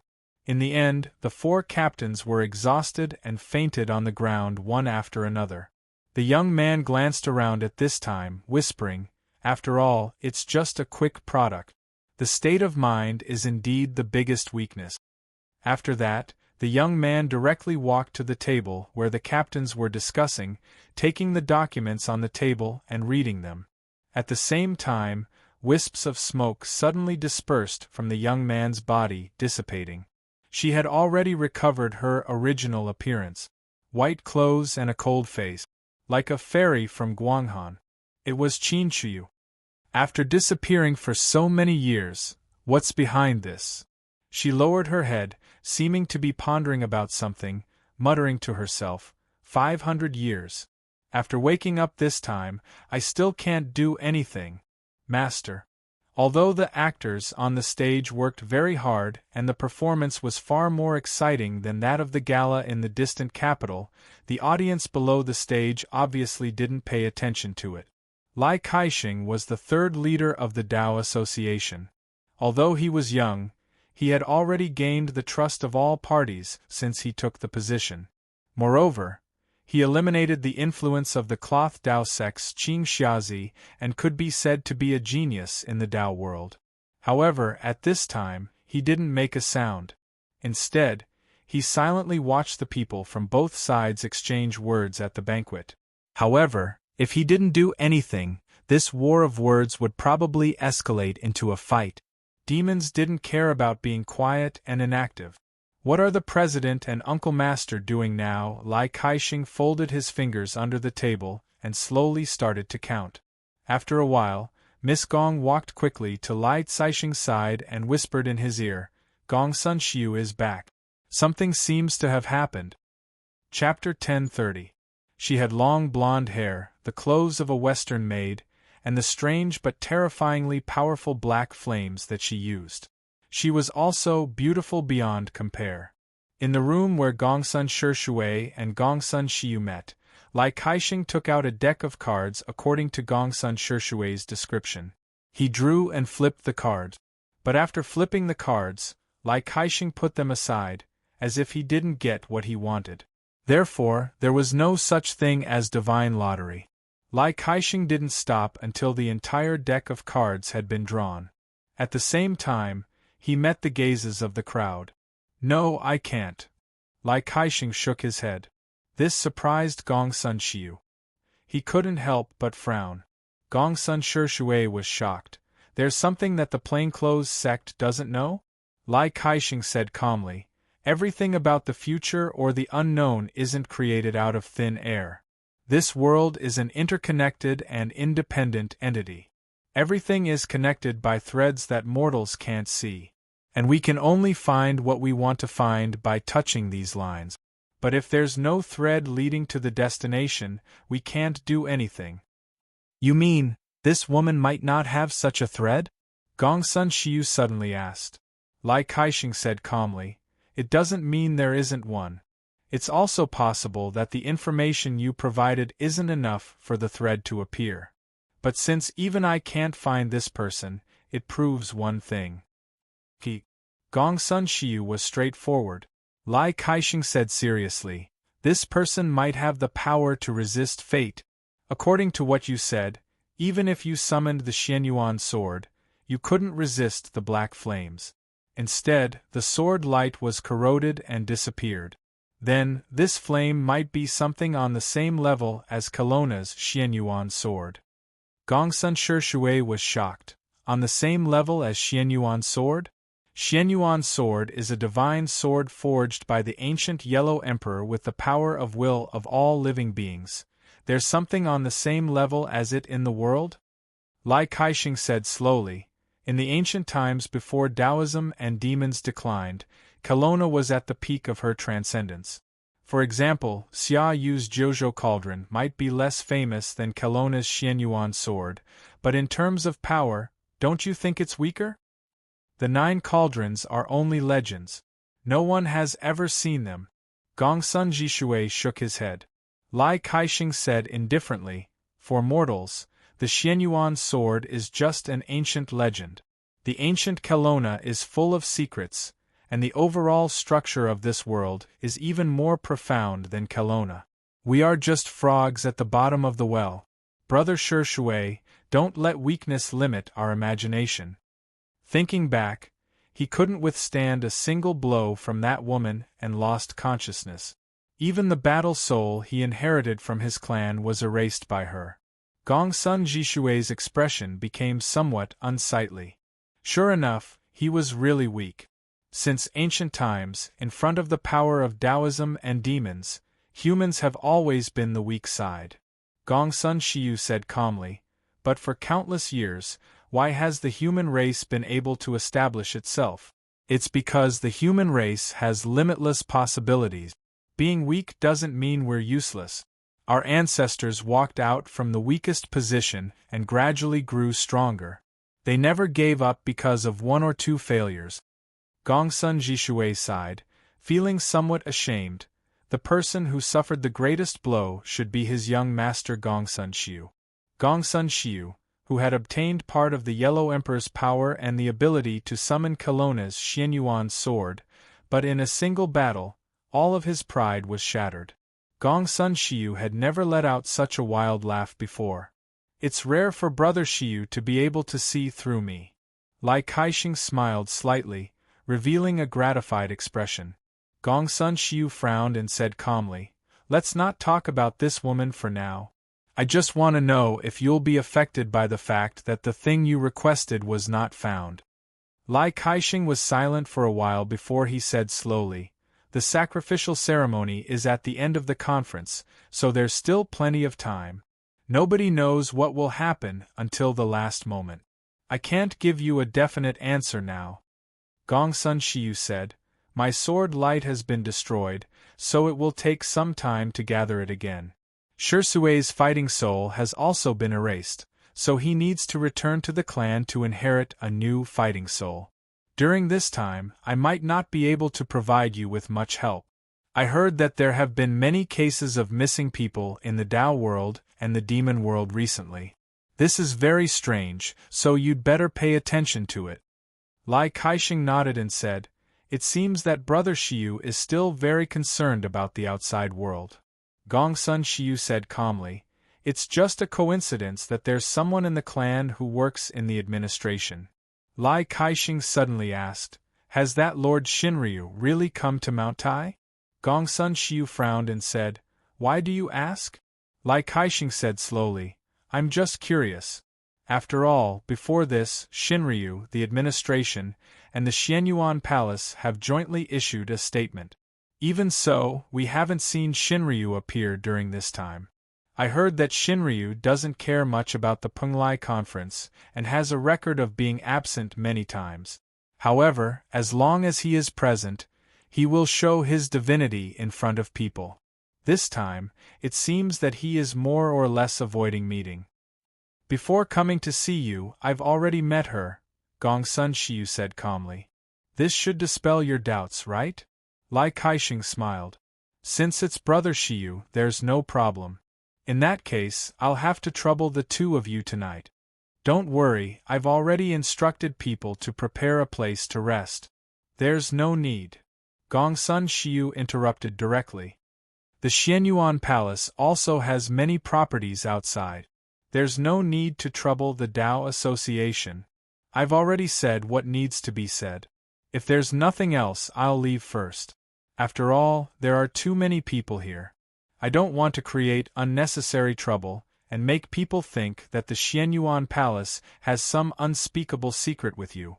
Miss Gong, then I'll have to trouble you to send Brother Shiyu and Brother Shui away. Lai Kaixing didn't force her to stay. He looked at the time and casually ordered. But at this moment, a hurried voice suddenly came from outside the door. Representative Lai. Representative Lai. Please take a look. The person in front of her was in a panic. Miss Gong instantly thought that it was the Taoist demon at the banquet.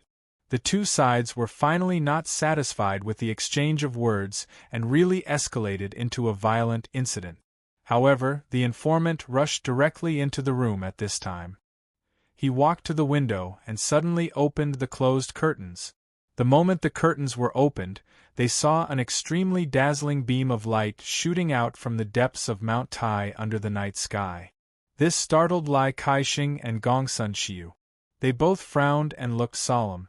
Like the light reflected from the water, the blazing white light still rippled on their faces even though it passed through the glass. What the hell is going on? Lai Kaixing looked at the time again. It was midnight. It was almost midnight. On a high tower in the banquet area, a white figure flashed and finally stopped here. Her cold face was facing the direction of the beam of light. Qin Shu looked at the appearance of the beam of light in puzzlement, thinking, this is spiritual energy? It's actually such a huge spiritual energy light. Is there a divine object in the world? Or? Qin Shu quickly glanced down at the people from both the Taoist and demon sides. These guys were all attracted by the magical beam of light and instantly quieted down.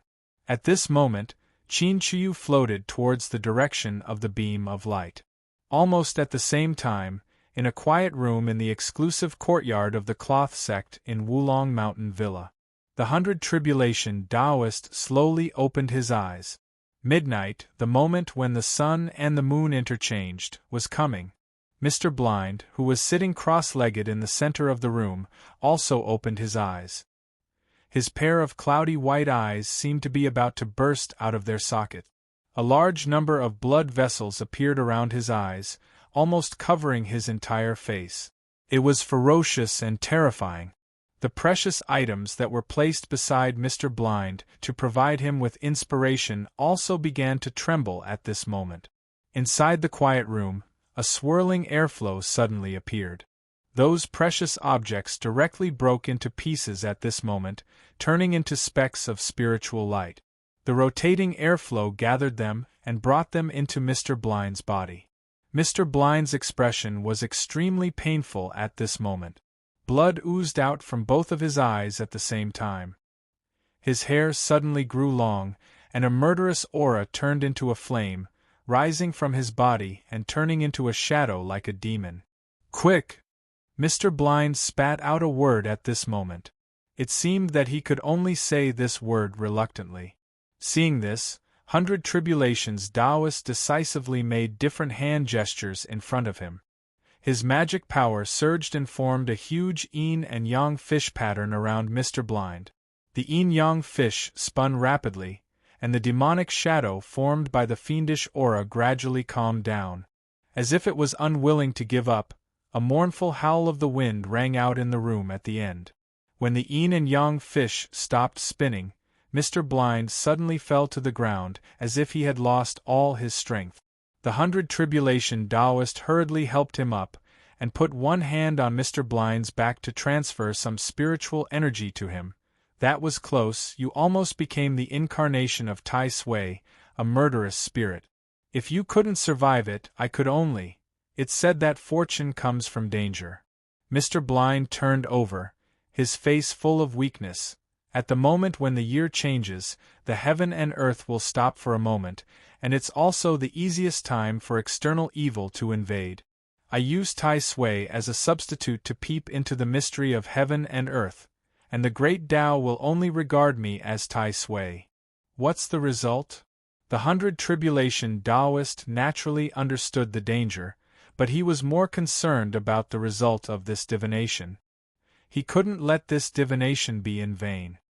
The revival of spiritual energy, the great change of the heaven and earth, is it a blessing or a curse unknown?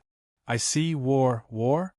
The 100 Tribulation Taoist's expression changed slightly, and when he was about to ask more, Mr. Blind directly passed out due to exhaustion.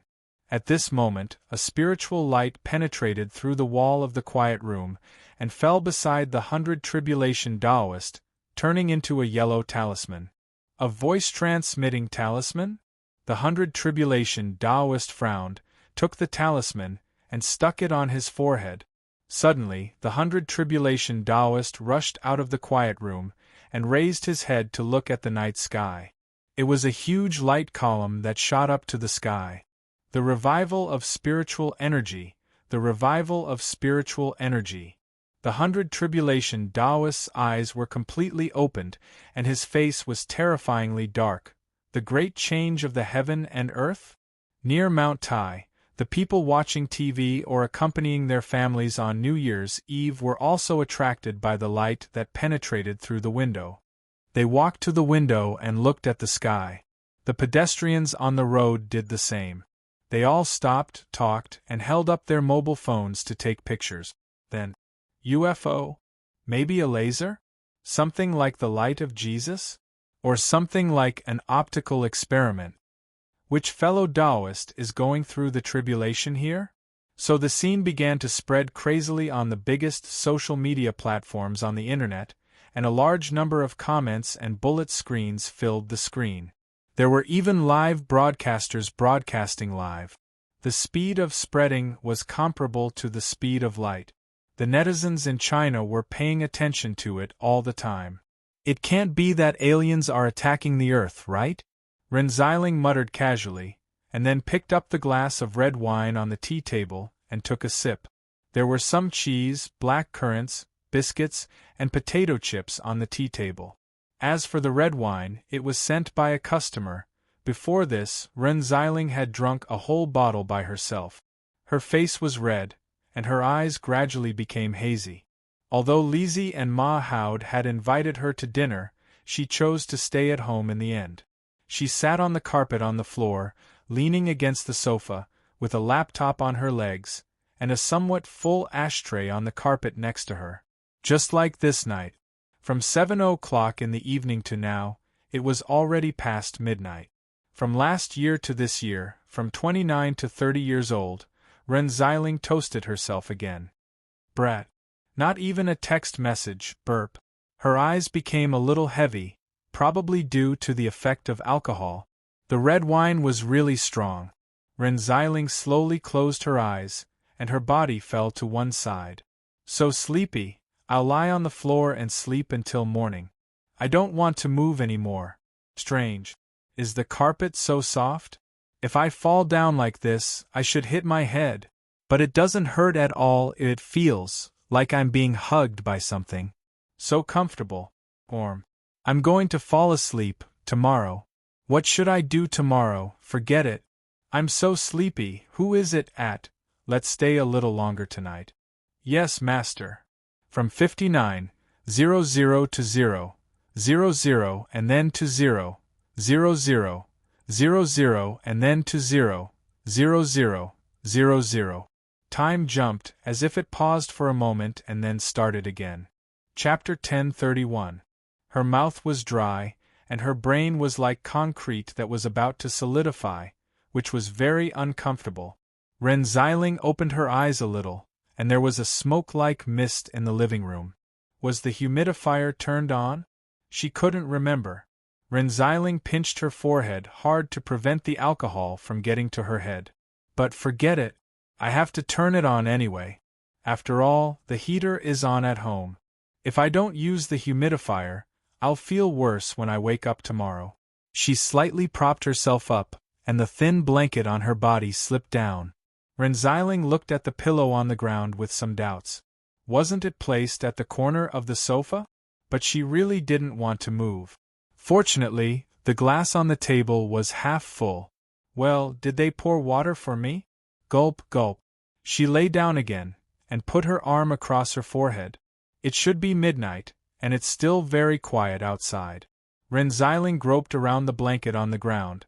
Soon she found what she was looking for. Cigarettes. But after opening the cigarette box, it was empty. There should be a few left, right? Forget it. Her heavy eyelids closed again.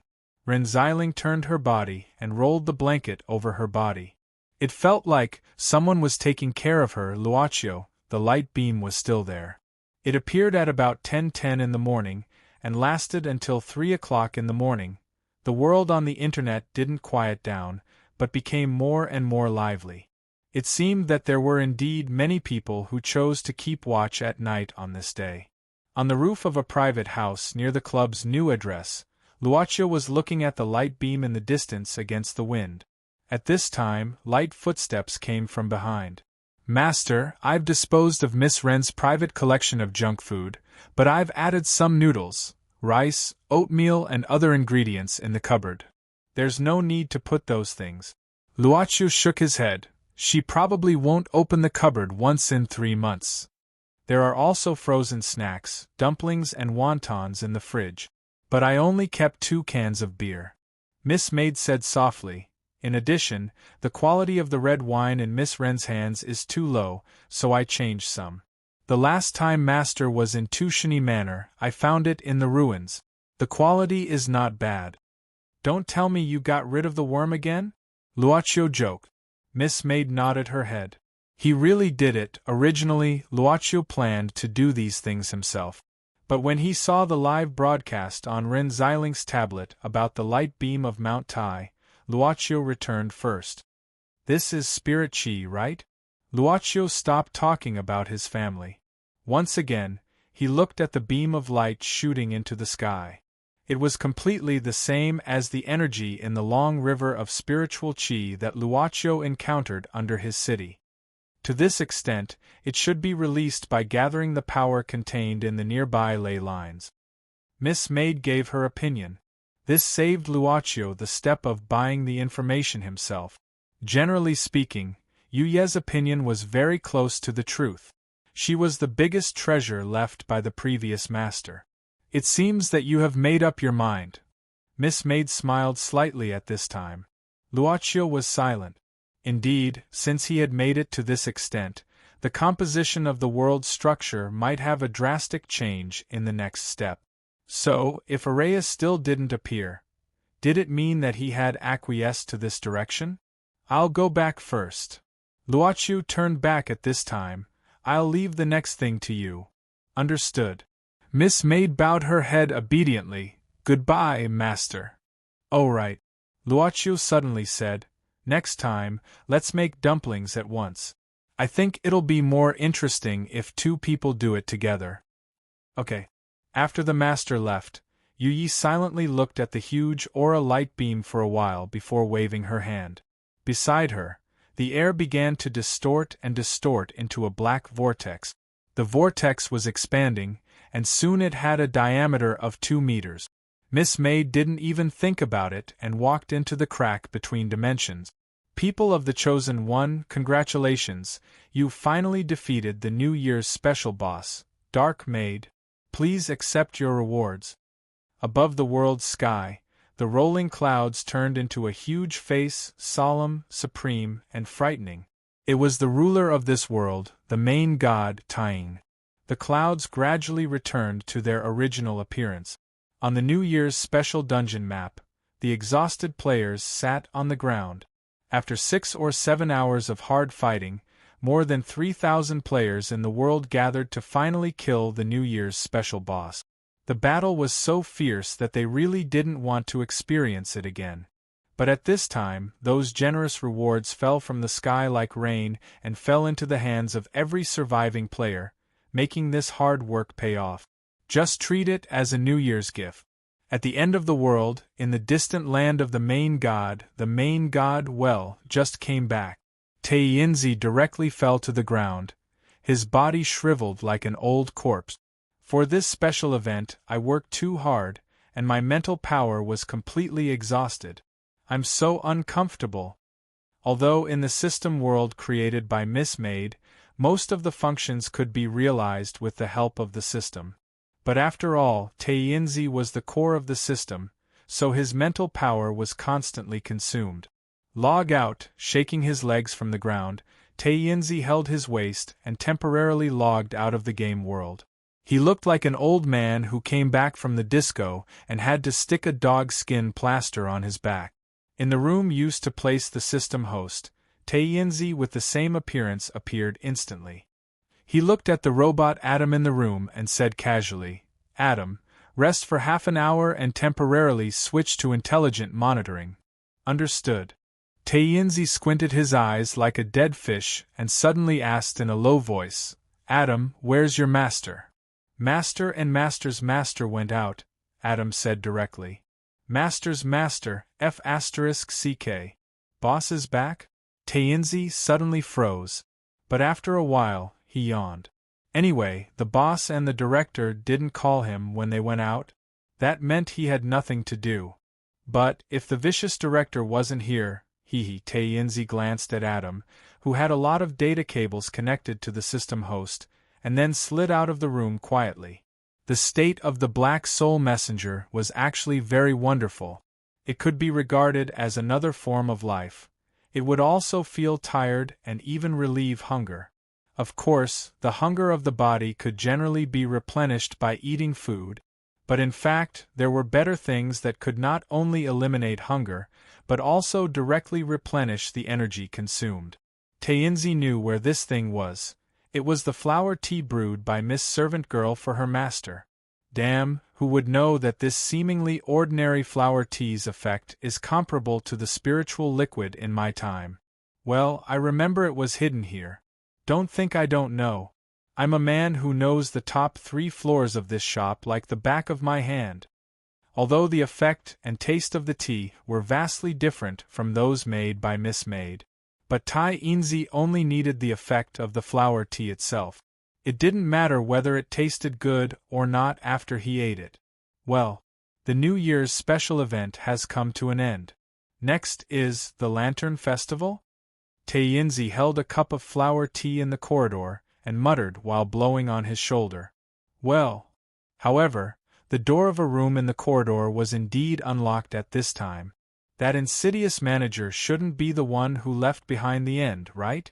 Taiyinzi curiously lifted the door with the tip of his foot. Undoubtedly, this room was just an ordinary storage room. Basically, there were some dry goods, seasonings, and drinks and the like. The room with a lot of good things. I also want to open it. Someone has been here? On the table, there were some odds and ends and a painting tube. But the tube was empty. And those odds and ends, Taiyinzi curiously opened them one by one. The last thing he got was a small brocade box. In fact, there was a special pattern on the brocade box. Taiyinzi looked at the pattern on the box and rubbed his chin. This pattern is so familiar. Where have I seen it? Suddenly, some dusty memories opened up in Taiyinzi's mind. Isn't this the seal pattern of Huan Zhendao? As for Huan Zhendao, it was the sect that Taiyinzi belonged to 500 years ago. Taiyinzi frowned and couldn't hold back his curiosity, mainly because he saw something that seemed to belong to his former sect. So he started to draw on the pattern with his finger. Who wrote this pattern? It's full of mistakes. I know at first glance that he didn't practice martial arts properly. Don't let me catch you, little bastard. Crack. Not long after, the small brocade box opened automatically under Taiyinzi's unsealing. An array of golden light shone through the crack. Taiyinzi frowned and opened the box directly. Under the golden light, he could faintly see the true appearance of the thing inside the box. Could this be? Taiyinzi suddenly quivered. Could it be? His face suddenly changed slightly, then he quickly closed the brocade box and put it into his arms. He quickly rushed out of the utility room and ran to his workplace. Ignoring Adam's greeting, Taiyinzi directly opened the perpetual calendar on the computer and began to look through it, until this day. So, it's Penglai meeting again. Taiyinzi sat down and looked at the brocade box in his hand with an uncertain expression. Main God Taiyin, do you want to continue the intelligent monitoring program? You have been out of the game world for 37 minutes and 45 seconds. Continue the seizure. Taiyinzi suddenly gritted his teeth. I have to go out. After that, Taiyinzi hurried out of the door, the club's ancient pine door. The surrounding peach blossoms were luxuriant and colorful, just like the legendary fairyland. It had been some time since he came to this place, about 1 or 2 hours. Xuefeng stared blankly at his brother Mo Xiaofei, who was in a daze. Ever since they had come here and said some strange things, for some reason, Big Brother had been standing under a peach blossom tree without moving or saying anything. Xuefeng yawned, looking a little sleepy. But it was quite strange. Although this place was luxuriant with peach blossoms, it seemed strangely quiet. Except for these peach blossoms, Xuefeng didn't see anything that could move. Even insects and the like didn't seem to exist. Although this place was beautiful, there was a faint feeling of death. Let's go. Mo Xiaofei suddenly opened his eyes and glanced at Xuefeng. Where to? Mo Xiaofei raised his hand and pointed to a towering mountain outside the peach blossom forest. The peak was completely hidden in the clouds, there. Brother, you said this place is dead, what do you mean? Xuefeng still asked the question in his heart. Don't you know Penglai? Mo Xiaofei suddenly asked. Xuefeng shook his head honestly. Mo Xiaofei frowned and asked again. Haven't you heard the story of Su Fu going to the east and going to the sea to seek the elixir of immortality? Aren't there many versions of this story on the internet? Xuefeng scratched his head and said embarrassedly, well, I don't have a computer at home. Mo Xiaofei walked toward the mountain and said, Su Fu was from Qin and went to the sea to seek the elixir of immortality for the emperor. It's said that the elixir of immortality is hidden in the hands of the immortals of Penglai. Penglai Immortal Island. Is it here? Xuefeng opened his eyes wide. Yes and no. Mo Xiaofei shook his head. This is just its shell, an empty shell left behind. But even if it's just an empty shell, it's still a paradise like a fairyland. It's beautiful. Xuefeng looked around and then asked curiously, did Su Fu get the elixir of immortality for the emperor from the immortals? He didn't. Mo Xiaofei shook his head, but he brought back this dead Penglai and an immortal's body. Immortal? Windchaser wasn't just staring with his eyes wide open, he was stunned. It's in that mountain. Mo Xiaofei said blandly.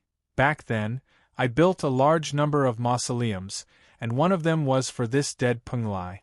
With the power of a country, I ordered those suppressed Taoists to join hands with the monster clan to fix this place for me.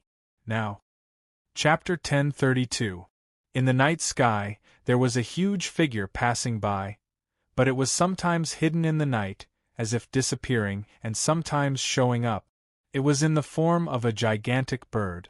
But in fact, it was an eagle monster, a monster under the command of the Kuan division of Xianyuan Palace.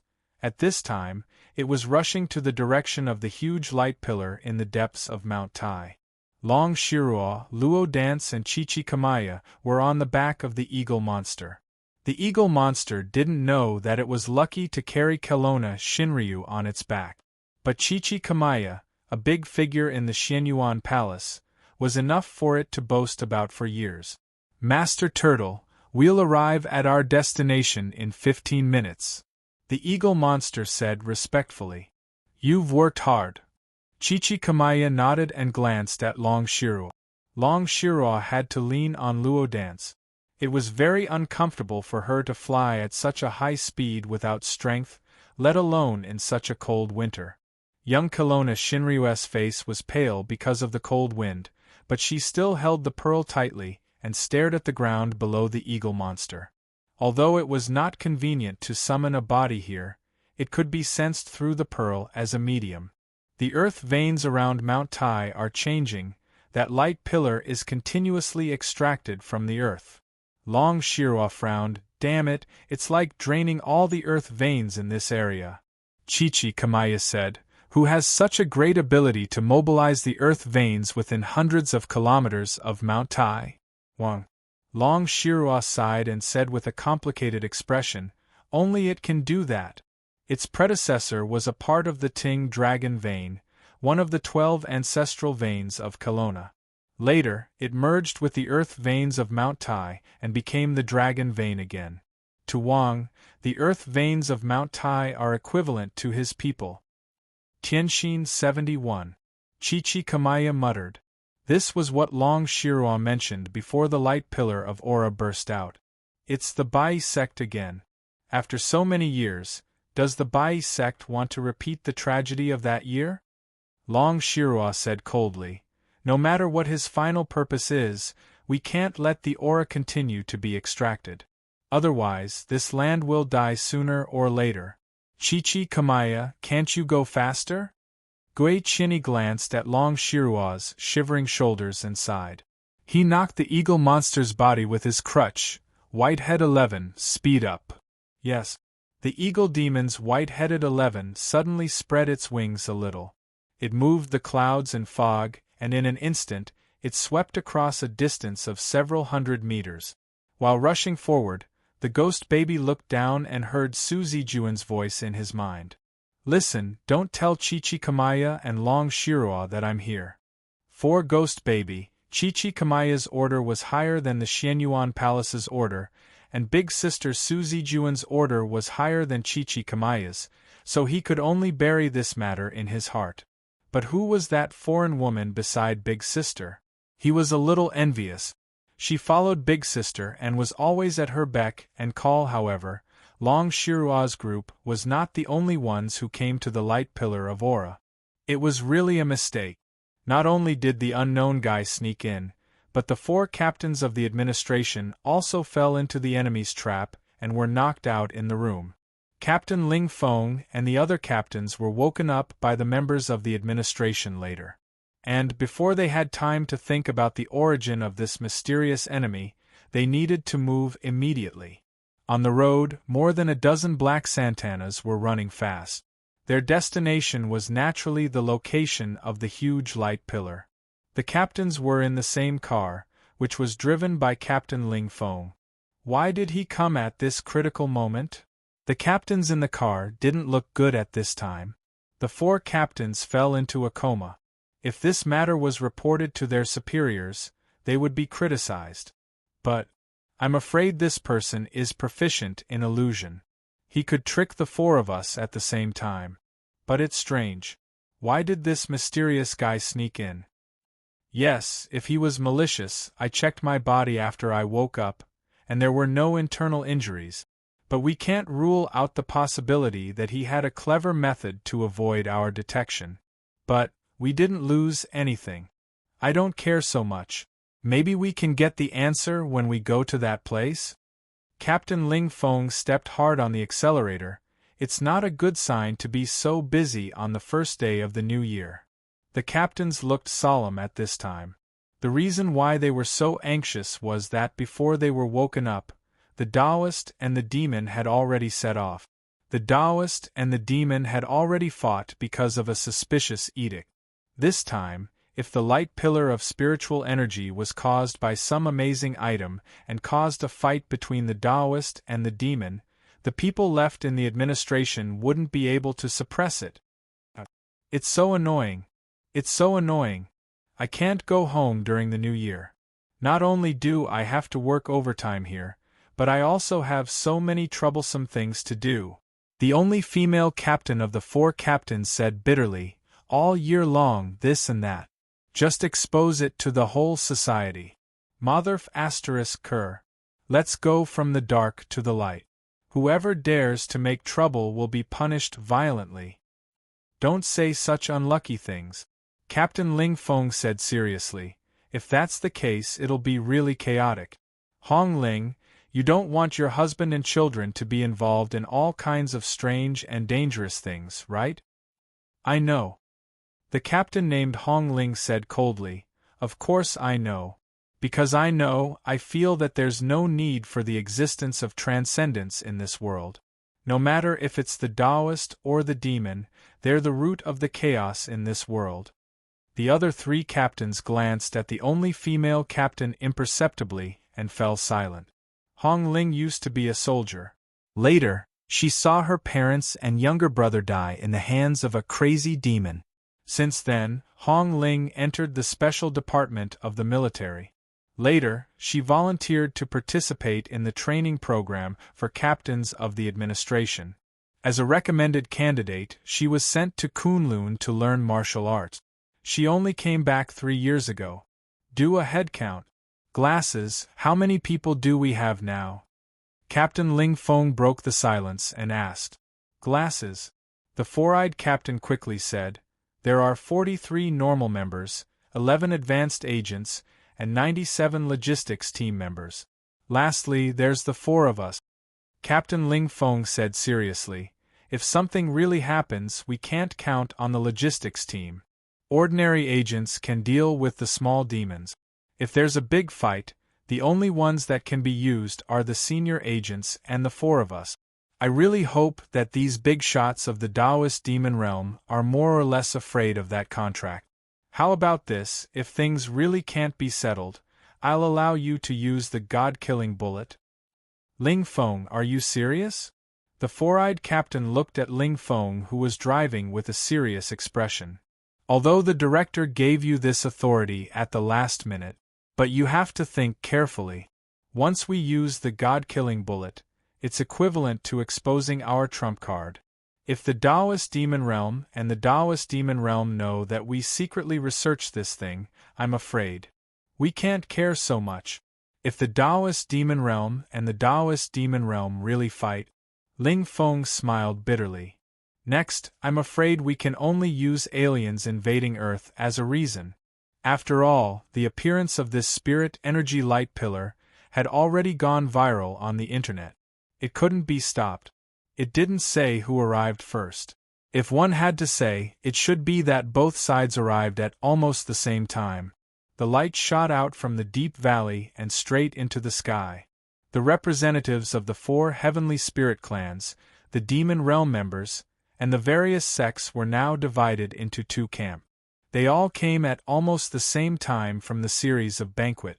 It could be said that they used their own methods and didn't give in to each other. Old Bai Jia, I didn't see you at the banquets, but you came here. Your bones are quite strong, huh? Hee, I'm old, I can't compare to the young. His hands were folded behind his back, making him look slightly hunchbacked. Bai Jia Taoist opened one eye and said slowly, this old man can't even take one punch from young Master White Tiger. Huang Baifu was a young man with a very tall and sturdy figure. He wore a sleeveless singlet, trousers, and leather shoes. In this cold winter night, he gave off a feeling like a raging fire. However, he just sneered at Bai Jia Taoist's words. This president of the Tao Association and the sect master of Kunlun couldn't even take one punch from Huang Baifu. Only idiots would believe that. Taoists, it's rare that the administration prepared a banquet for all of you.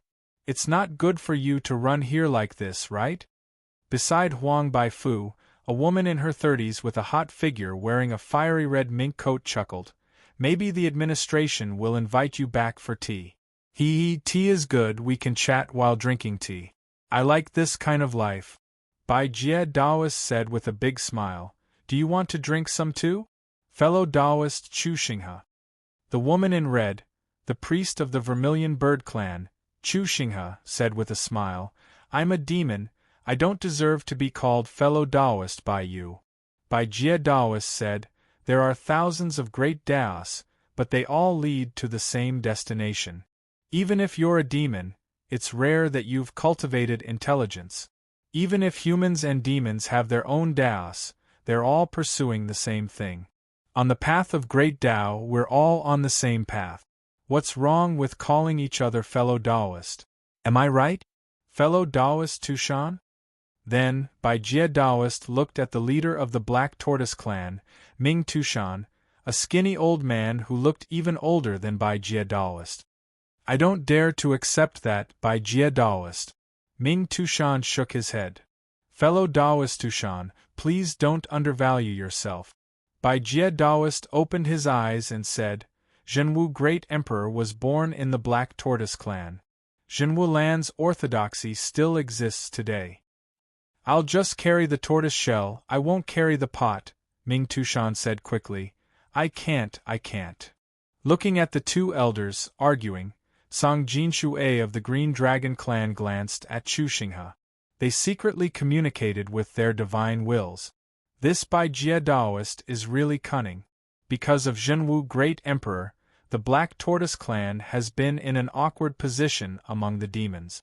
He insisted on saying it here. If something happens later, I'm afraid Ming Tushan won't help either side. Chu Xinghe, we'd better be prepared. Don't be hasty. Let's assess the situation first. Since Huang Baifu likes to be in the limelight, let this hothead take the lead. But we'd better be careful of Xiaoxingma. Most importantly, this pillar of spiritual qi. Everyone's eyes had unwittingly gathered on the pillar of spiritual qi soaring into the sky. It was right in front of them. But where did this pillar of light come from? What secrets did it contain? For both the Taoists and demons present, they didn't know. The only thing they were certain of was that the spiritual qi of heaven and earth around the pillar of light was extremely dense. It was much stronger than the spiritual qi secret realms in their sects or territories. Even if it was outside of this valley, as long as one breathed in a mouthful of spiritual energy, it would be equivalent to several days of bitter cultivation. If one continued to cultivate in this place, one's cultivation would increase by leaps and bounds, right? Therefore, even if they didn't know what was behind the pillar of light, just the pillar of spiritual qi itself was a rare treasure to the Taoists and demons. At this moment, a middle-aged Taoist beside Bai Jie Taoist walked out slowly. He could also represent the Taoist Association. As one of the two vice-presidents under the president, he was Taoist Huanyang. Everyone, I believe you still remember the imperial edict from last time, right? Taoist Huanyang had the demeanor of a transcendent being. He had a benevolent appearance and was easy to listen to. In my opinion, both the Taoists and the demons are basically all here. How about this? Let's enter the spiritual qi together and find the source of this spiritual qi. Then we'll discuss the next step. What do you think? Okay. Sure. Let's move quickly. I don't want to waste too much time with you here. Thus, the members of both sides majestically charged into the deep valley that was emitting spiritual light. How to describe it? Perhaps it was like purgatory. In the pitch-black dimensional crevice where everything could be seen, a man was standing over countless corpses of void original demons. Taisetsu. At this moment, the man suddenly turned around and slashed out with his blood-stained ancient sword. Instantly, a huge crescent moon shot out like a thunderbolt. The sword light instantly slashed open the huge wasteland. Then, it was easily caught by a white palm. With a slight force from her fingertips, the pure white palm not only caught the sword light, but also crushed it. The man on the mountain of corpses wasn't shocked or angry. Instead, he was unusually surprised. He jumped down and rushed forward. Yi, Mississippi, hurry up and take me away from this damn place. Big sister number 18 tricked me. But the results are pretty good, right? Yi smiled. It seems that you've almost mastered the power of the Jianlu sword. I just want to take a bath. Taisetsu, whose eyes were bloodshot, said bitterly, Then, I want to sleep. Chapter 1033. If it was said that one breath near the spiritual energy light pillar outside the omphalos was equivalent to several days of hard cultivation, then when they really walked into the light pillar, the density of spiritual energy here was unbelievable. The air felt moist everywhere. The density of the spirit chi there had reached the level of fog. However, to the disbelief of both the Taoists and demons, they did not encounter any danger within the anomaly. It was said that when a treasure appeared, there would definitely be a powerful guardian. However, this saying seemed to be ignored in this place. This is... The young lord of the White Tiger, Huang Baifu, stopped. The people from both sides reached the center of the spirit chi light pillar easily and found a huge jade pillar there.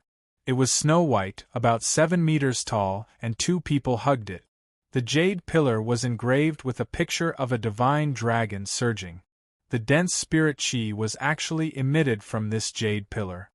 What exactly is this? Ming Tushan of the Black Tortoise frowned. Despite the longevity of the Black Tortoise clan, he had no impression of this item. Ming Tushan looked at 100 Tribulations Taoist. In the Tao world, only this fellow, who had lived for an unknown period of time, could be considered experienced and knowledgeable.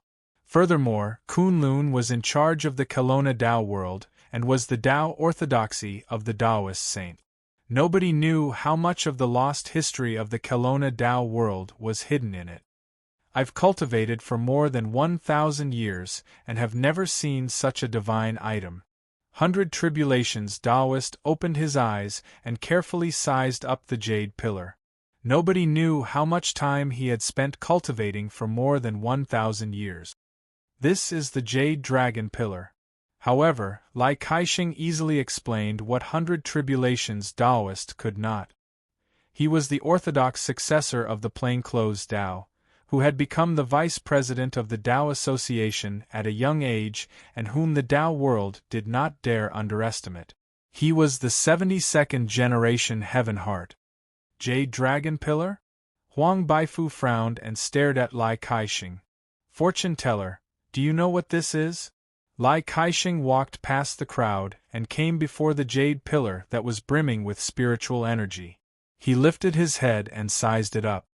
Kelowna has 12 dragon veins. They are the source of all the spiritual veins in the world. Every dragon vein had once supported the fate of a great dynasty in Kelowna's history. Xia, Qin, Tang, Qing, and so on. Everyone should know about this, right? Stop keeping me in suspense. Huang Baifu was slightly impatient. Lai Kaixing did not mind and continued at his own pace. The 12 dragon bloodlines are also known as the 12 ancestral bloodlines. They were like 12 nodes that supported all the spiritual veins in Kelowna and even balanced the spiritual energy of heaven and earth. The jade dragon pillars were the ridges of these ancestral veins. The spine of the dragon vein was one of the essence of the dragon vein. Legend had it that a complete dragon vein could reach the heavens. As for this one, it wasn't very long, but it was already able to emit such a boundless amount of spiritual energy. So you can imagine how much spiritual energy a complete dragon vein would emit. After all, the ancestral dragon vein was the source of 1/12 of the spiritual energy in Kelowna. Who placed such a precious treasure here? Hearing Lai Caixing's explanation, Venerable Huanyang could not help but frown. Right now, it was not a matter of whether they were moved, but how they should deal with it. One had to know that none of the people present were good people. If any one of them tried to take it for themselves, Huang Baifu walked in front of the jade pillar and placed his hand on it. An endless amount of spirit energy flowed out. Just by touching it for a moment, Huang Baifu's demonic power increased a bit. It felt like he had just drunk a bottle of fine wine, making him feel very comfortable. Ha ha ha ha! There's actually such a divine treasure in this world. Huang Baifu raised his head, his eyes filled with passion. This jade dragon pillar is mine. I'm going to dig it up and bring it back to the White Tiger tribe. Huang Baifu, most of the Tao demons in Kelowna are here. How dare you make such a big claim? An indifferent voice suddenly floated over from the Tao world. Huang Baifu said nonchalantly, treasures belong to the capable. It's a waste for you Taoists to take it. During the Dharma ending age, many of your cultivation techniques were lost. Even if the Jade Dragon Pillar was given to you, how much could you improve? I'm afraid you wouldn't even be able to support it. It would be a waste. Although the demon clan is also restricted, our inheritance has never depended on cultivation techniques. As long as we have this Jade Dragon Pillar, the demon clan's strength will only be a matter of time. Don't be so arrogant. Do you want to strengthen the demon clan and let Kelowna fall into the hands of the demon clan again? A middle-aged Taoist stepped out from the Tao world. Everyone says that you, Huang Baifu, are the most powerful of the 4 spirits of heaven.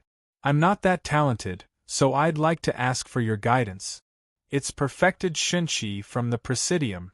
I heard that Taoist Shenxi entered the Tao in the Ming dynasty. He's almost 400 years old now and his dermic powers are as vast as the sea.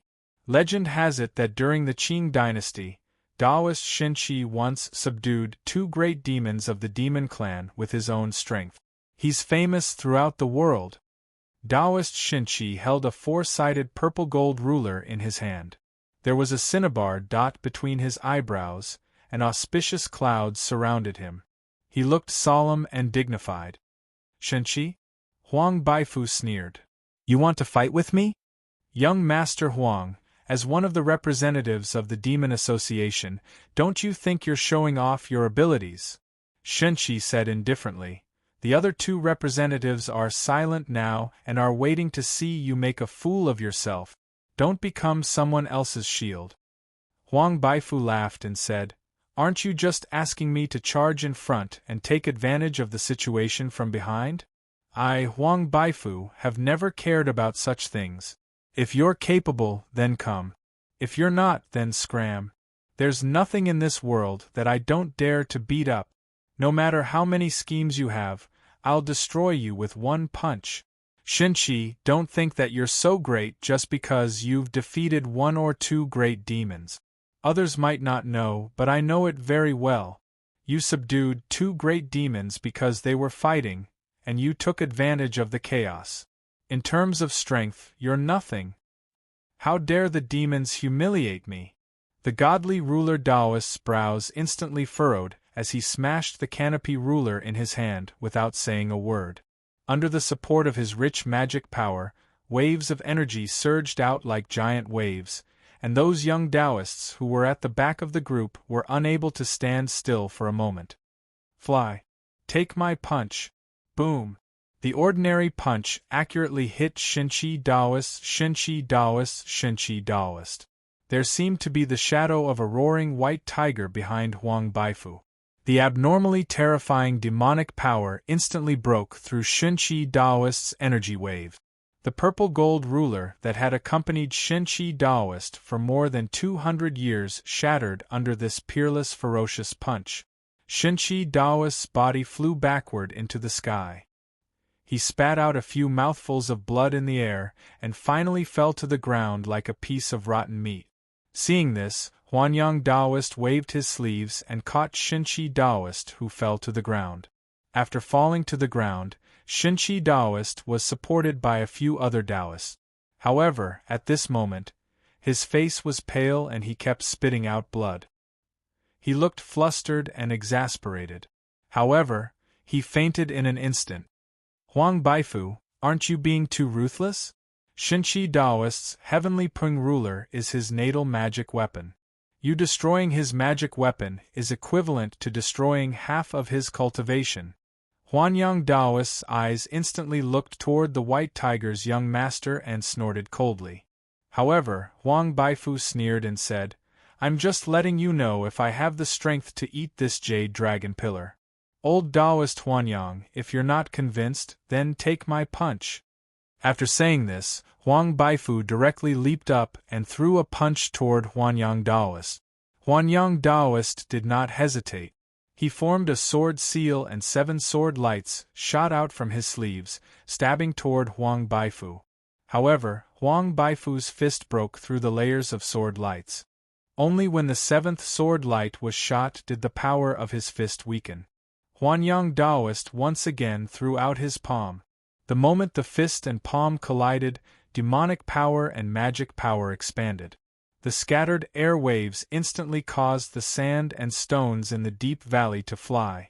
Huanyang Daoist retreated a few steps before stopping. Huang Baifu also turned around and retreated. After landing, his legs sank several inches into the ground. Ha ha ha!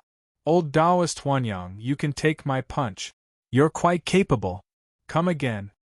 As if he had inexhaustible strength, Huang Baifu once again shot out like lightning. The ferocious fist power was even fiercer than before. Huang Baifu, you really think there's no one in the Tao world? Huanyang Daoist suddenly spat out a mouthful of golden qi. Within the golden energy, a small sword radiance expanded with the wind.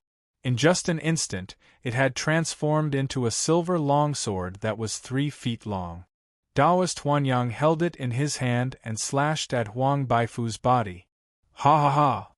Huang Baifu laughed even more arrogantly and directly punched Huanyang Daoist's sword. Hum! Like a sorrowful cry, the sound of the silver sword rang in the deep valley. However, it blocked Huang Baifu's ferocious fist once again. Huanyang Daoist's expression was uncertain. He flipped his left palm and used his magic power to write a huge seal word that pressed down on Huang Baifu. Tyrant Fist! Huang Baifu shouted in a low voice. His demonic power, which was like a white light of spirit qi, instantly soared. He punched the seal word seal. That huge seal instantly shattered. Huanyang Daoist's expression changed slightly. His footsteps flashed and he narrowly dodged the punch's momentum. However, boom! A huge passageway was created in a corner of the deep valley by the power of this punch. This punch could not be taken. Huanyang Daoist secretly broke out in cold sweat. It was said that Huang Baifu was this generation's white tiger. He was very talented and defeated the previous generation's White Tiger clan leader before he was 100 years old. He even suppressed the rest of the 4 heavenly spirit clans by himself. It seemed that it was not an exaggeration. There was probably no one in the demon clan who could compare to him. Divine beast transformation, above the deep valley, Long Shirua and the others were also shocked by the power of this tyrant fist when they landed. Chichi Kamaya's expression turned solemn. It said that Huang Baifu has the highest atavistic bloodline in the White Tiger clan, but I didn't expect that he could achieve divine beast transformation. In this environment where the demon clan is declining, Huang Baifu appeared. I don't know whether it's a blessing or a curse. Grandpa Tortoise, what's divine beast transformation? Luo Dance, who was holding Long Shirua, asked confusedly. Chichi Kamaya said, the 4 heavenly spirits are the descendants of the 4 divine beasts of Kelowna. Every descendant of the 4 heavenly spirits more or less carries the bloodline of the 4 divine beasts. But very few of them can awaken the bloodline of the divine beast. Awakening is a threshold. Those who can awaken the bloodline of the divine beasts can reach the level of the great demon clan. And when the bloodline of the divine beasts is awakened to a certain extent, they will achieve divine beast transformation. Huang Baifu's bloodline is unbelievably strong. I'm afraid that he can condense the real body of the divine beast White Tiger. Among them, I'm afraid that only Baijie can block Huang Baifu's fist. After all, there are only 2 or 3 Dao Querying Realm cultivators left in Kelowna. Dao Querying Realm? Luo Dance blinked her eyes. It's a realm among cultivators. Even in the ancient and brilliant Kelowna, Dao Querying Realm is a very high level. Chichi Kamaya said slowly, after Dao Querying Realm is Dao Fruit Realm. Usually, Dao Fruit Realm is equivalent to the legendary Immortal. When one becomes an Immortal, he gets Dao Fruit. Baijie was already in Dao querying realm in the Yuan dynasty. He has accumulated a lot of experience. If it weren't for the fact that the path to immortality has been severed. So powerful! Luo Dance blinked her eyes again. Grandpa Tortoise, can you block Huang Baifu's fist? Chi-Chi Kamaya laughed. I'm afraid I can only hide in my turtle shell and play dead. Chi-Chi Kamaya, you go and watch this jade dragon pillar for me. Long Shiruo, who had been silent, suddenly said, I'm afraid this jade dragon pillar was taken from Wang. That kid will die after a long time. Chi-Chi Kamaya gave a start and said bluntly, as long as you are willing to show up, those guys won't say anything. Long Shiruo shook her head. You can show up in the name of Xianyuan Palace. I have other things to do. Wang should be nearby. Chi-Chi Kamaya, let's split up. The bead can only be used for a limited time, and it can't be used continuously. I don't want to waste time on these greedy guys. Chi-Chi Kamaya glanced at Long Shiruo. After a moment of silence, he sighed and said, Ghost child, in the name of the Kuan tribe, let's go down. However, at that moment, the huge jade dragon pillar in the deep valley suddenly burst out with a strong light. It was far stronger than the spirit chi light beam it released. In an instant, the strong light turned everything pure white. When this powerful white light was released and then disappeared, the only thing left in the deep valley was the huge jade dragon pillar and the spirit chi light pillar it was still releasing.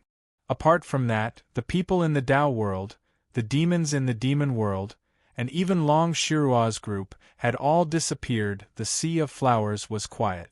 In the distance, there was a huge towering mountain peak surrounded by clouds and mist. When Luo Dance came to her senses, she saw such a fairy-like place. But what made her feel at ease was that Long Shiruo and Grandpa Chi-Chi Kamaya were still by her side. Transfer. Chi-Chi Kamaya frowned and seemed to think of something. Is this Wang's space-folding ability? But where is this place? Peng Lai. Chapter 1034. In front of them was a huge island. Although they didn't know how they were moved to this place, without a doubt, the 100 Tribulation Taoist found that they were at the edge of this island, the beach. It seemed that not all of them were moved to the same place. The 100 Tribulation Taoist glanced around and found that about half of them were not on this beach. The fine and golden sand was soft to the touch, and the glittering seawater behind them was washing up and then fading away, leaving clear water marks. As for the demon race, they were at a corner of the beach. The place where the demons landed was a group of reefs on the beach. Similarly, not all of the monsters were here, and some of their faces couldn't be seen. For example, the ferocious Huang Baifu wasn't among them. This place was weird, but without a doubt, the spiritual energy here was as dense as the spiritual energy around the jade dragon pillar. It seemed that the spiritual energy here was the natural state of this place, unlike the jade dragon pillar, which was full of spiritual energy due to the release of spiritual energy when they moved forward. This is not sand. Suddenly, a young Taoist in the Taoist Association exclaimed, This is gold. The golden sand slid down from the young Taoist's hand, but he quickly grabbed another handful of sand, and with a boom, a bright red flame appeared in his palm. Under the heat of the flame, the sand quickly melted and turned into a pool of golden liquid. Soon, the golden liquid cooled down and condensed, turning into real gold. Such an open beach was actually filled with this kind of high-purity gold. Although wealth wasn't the most important thing for Taoists, cultivation was always about wealth and land. Only with wealth could one have more resources. A few kilograms, a dozen kilograms, or even 100 kilograms of gold might not be important to these Taoists. But what if it was a huge beach full of golden sand?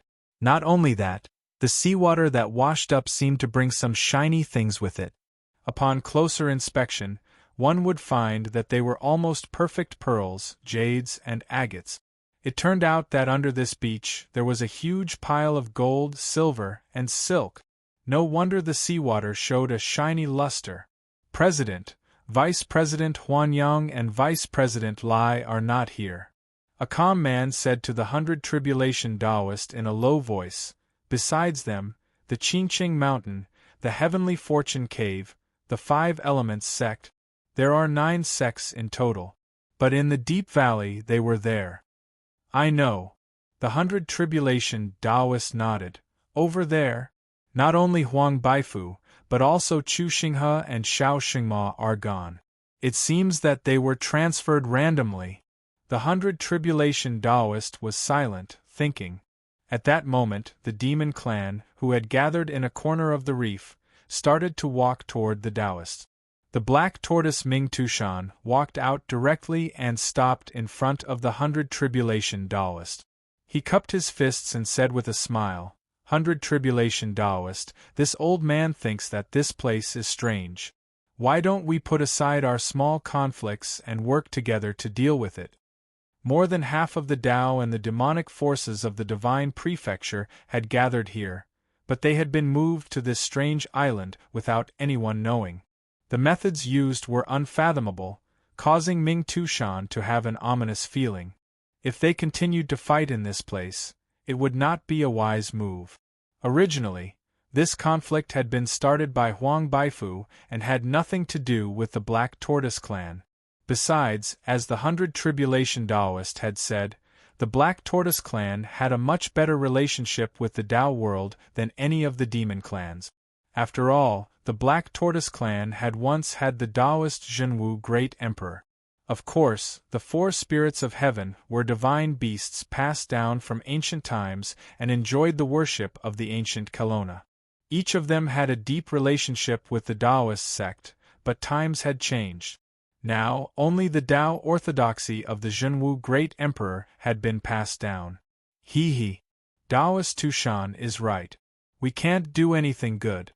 The 100 Tribulation Taoist nodded with a smile. We are strong when we are united and weak when we are divided. Taoist Tushan is so righteous. Ming Tushan cupped his hands. This old man can see that the peak at the center of this island pierces through the clouds. It constantly emits an inconceivable solemn aura. There must be a secret hidden within. Perhaps we can find the reason why we were moved to this place, or even the way to return. Although this beach is a treasure trove, the gold and silver treasures aren't that important to us. 100 Tribulation Taoist, look. Then let's set off. The 100 Tribulation Taoist nodded, and then ordered a group of people to prepare, and set off toward the peak in the middle of the island. Even so, many Taoists still secretly stuffed rare treasures they found on the beach into their pocket. Which family didn't have a few descendants who had rolled around in the secular world? These rare treasures were not very useful to Taoists, but they could at least benefit their descendants, right? Therefore, of course, they would pick them up. We can't get in touch with them. There are 28 missing people. In a corner of the island, a man in the uniform of the administration came to Captain Hong Ling and reported to him carefully. As for the other 3 captains, they were currently surveying the area within a radius of about 10 meters. They arrived at the scene after Huang Baifu's tyrant fist destroyed a corner of the deep valley. When they were about to intervene and prevent this level of battle from escalating, a strong light was emitted from that strange pillar. After that, they arrived at this strange place. At present, Captain Ling Feng and his subordinates were in a primitive forest. The ancient trees here were so huge that if they were placed outside, it would be listed as a national protected area. There is no signal at all, and the satellite positioning is useless. Captain Ling Feng helplessly stuffed his cell phone into his trouser pocket and sighed. It seems that we can only take one step at a time. As he spoke, his gaze fell on a team member. This team member from the administration was carrying a black suitcase in his hand. Fortunately, this suitcase was not lost in this strange transfer. It contained the god-killing bullets that were worth tens of millions each. This was also the trump card secretly developed by the administration to suppress Taoist demons. Glasses, take out 4 clips first. Let's equip one for each of us. I feel that this place is not easy to deal with. Captain Ling Feng looked up at those towering ancient trees. Vaguely, he seemed to see a huge shadow of a mountain in the clouds in the sky. Do we really have to fight? Hong Ling was a bit speechless. There are 10 bullets in one clip, and it will cost hundreds of millions. I feel that it will be very easy to reach the climax. Captains. At this moment, a white figure swept across the mountain stream lightly and elegantly. However, her face was cold, and there was no sadness or joy. Undoubtedly, she was one of the people who were transferred after the white light, and her target was also the mountain peak. What is this place? Taiyinzi rubbed his chin and looked around.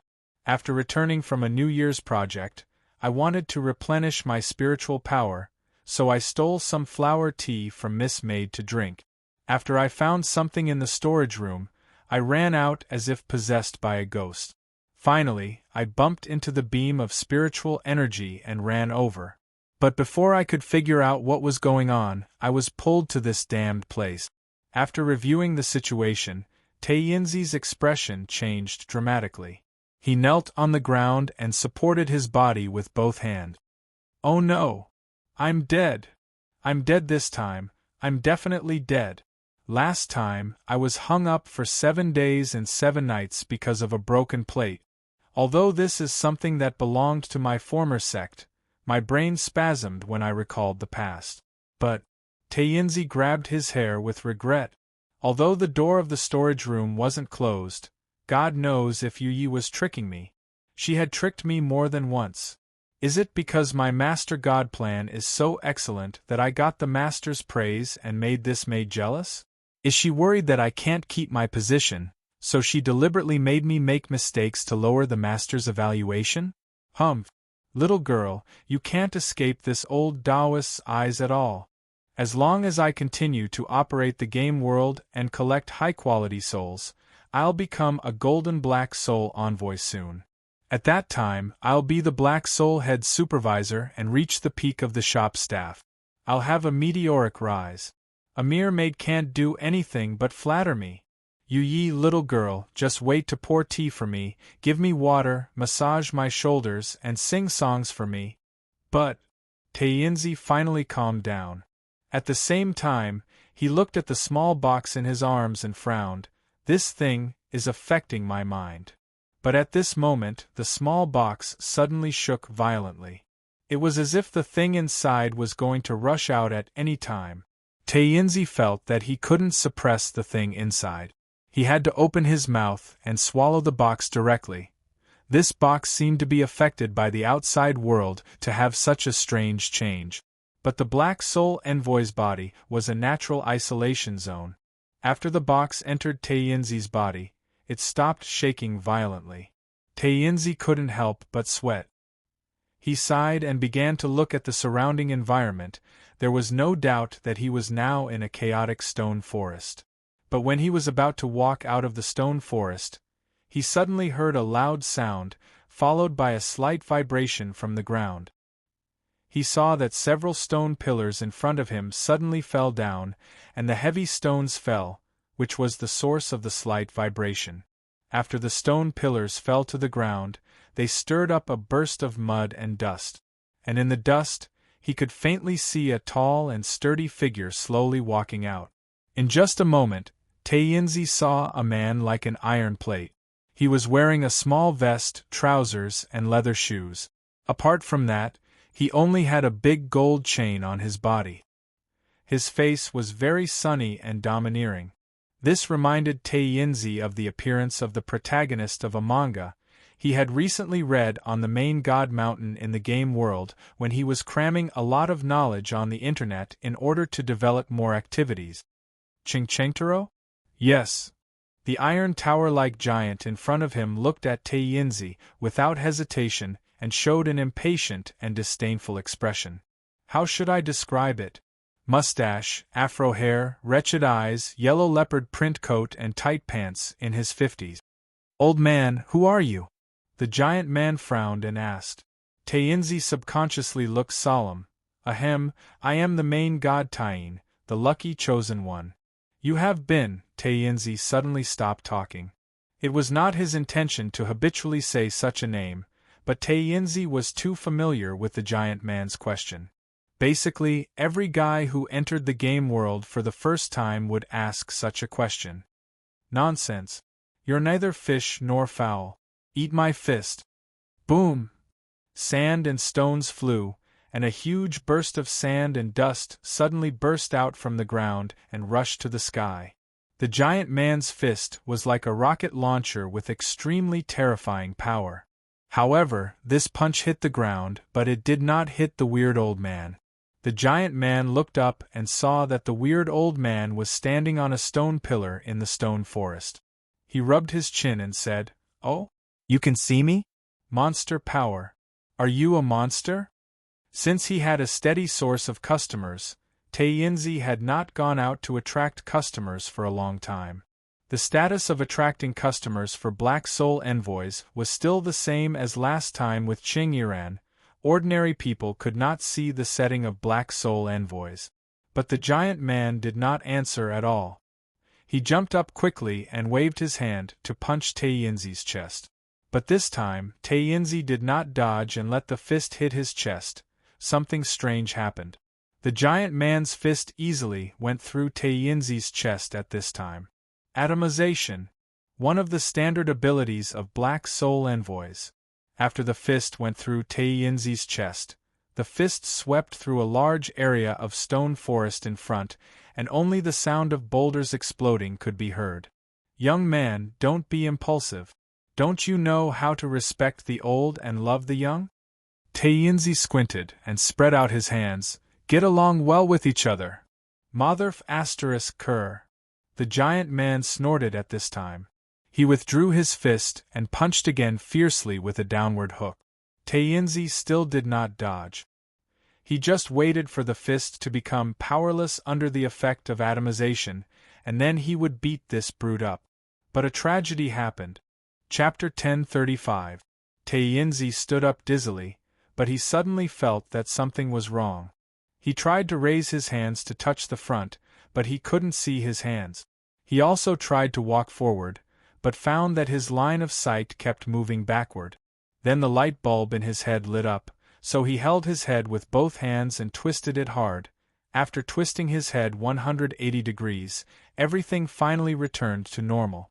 Ordinary people, even Taoists, as long as they haven't separated from their bodies, twisting their neck 180 degrees should have killed them. Although there were some strange kung fu or talented people who could twist their necks, it was just a matter of the bones. The giant man could clearly feel the sound of bones breaking after his punch. In addition, the first punch even went through the opponent's body, as if it didn't have a physical body. But then, he was able to withstand his tyrant fist and still stand up alive. What was the origin of this strange old man? Not thinking about the giant man's thoughts, Taiyinzi began to mutter at this moment. He already knew that Black Soul envoys weren't invincible. For example, at the beginning, he was almost killed by Kelowna Shinryu, so the Transcendents in this world still had the ability to kill Black Soul envoys. Although under normal circumstances, Black Soul envoys could be immune to most physical attacks. But if physical attacks could be added with elemental damage, then it was a different story. Taiyinzi felt that he had already caught up with the trend. So many modern mainstream words were catchy. Sure enough, it was the credit of cramming a lot of knowledge recently. You are from the Ghost Clan? The giant man frowned at this time. Xiao Xingma's subordinate? Xiao Xingma?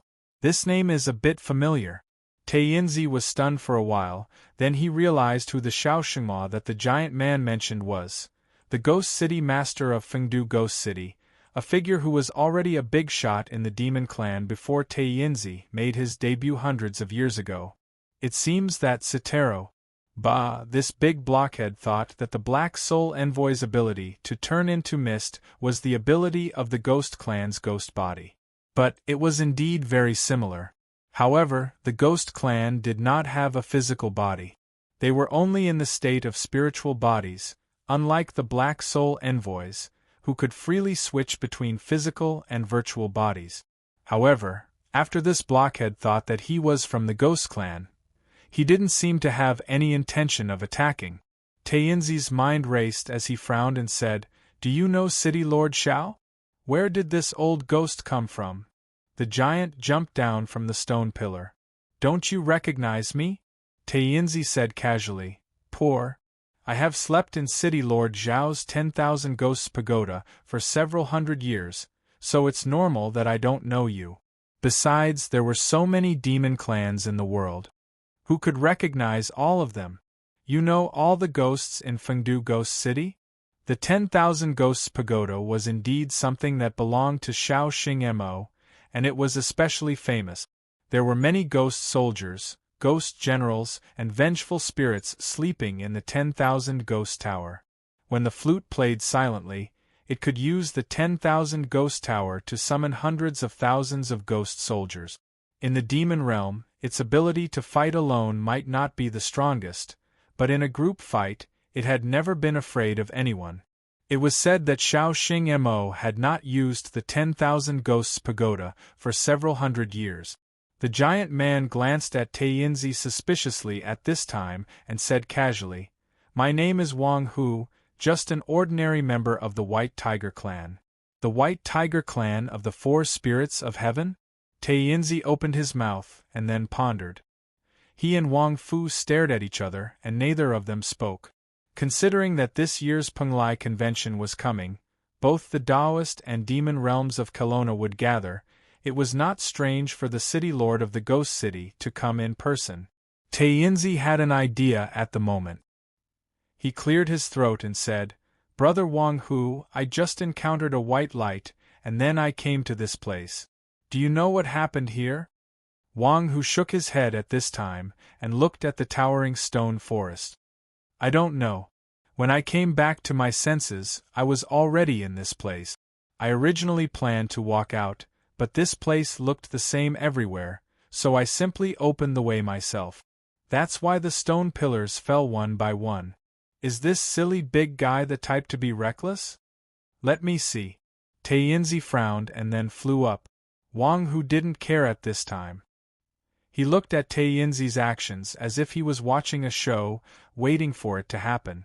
After flying into the air, Tainzi looked into the distance and found that the stone forest was not as big as he imagined. He could still see the end. It was about a few kilometers. In this range, it should be easy to fly out, right? However, when Tainzi flew forward, he gradually found something wrong. He couldn't reach the end of the stone forest. No matter how long he flew, the edge of the stone forest always remained at the end of his sight. Below, countless stone pillars were rapidly retreating below him. "What's the matter?" Tainzi returned to Wang Hu's side with a bad expression. Wang Hu said, "I'm afraid that one can only walk out of this damn place by foot. There's no way to fly. This seems to be a huge maze. I have to find the eye of the array." Tainzi frowned. Arrays were not his strong suit. However, Yu Sanyang, the lowly servant girl who had caused him to be sealed for hundreds of years, was very skilled in arrays. "You have a way?" Wang Hu looked at Tainzi and his eyes lit up.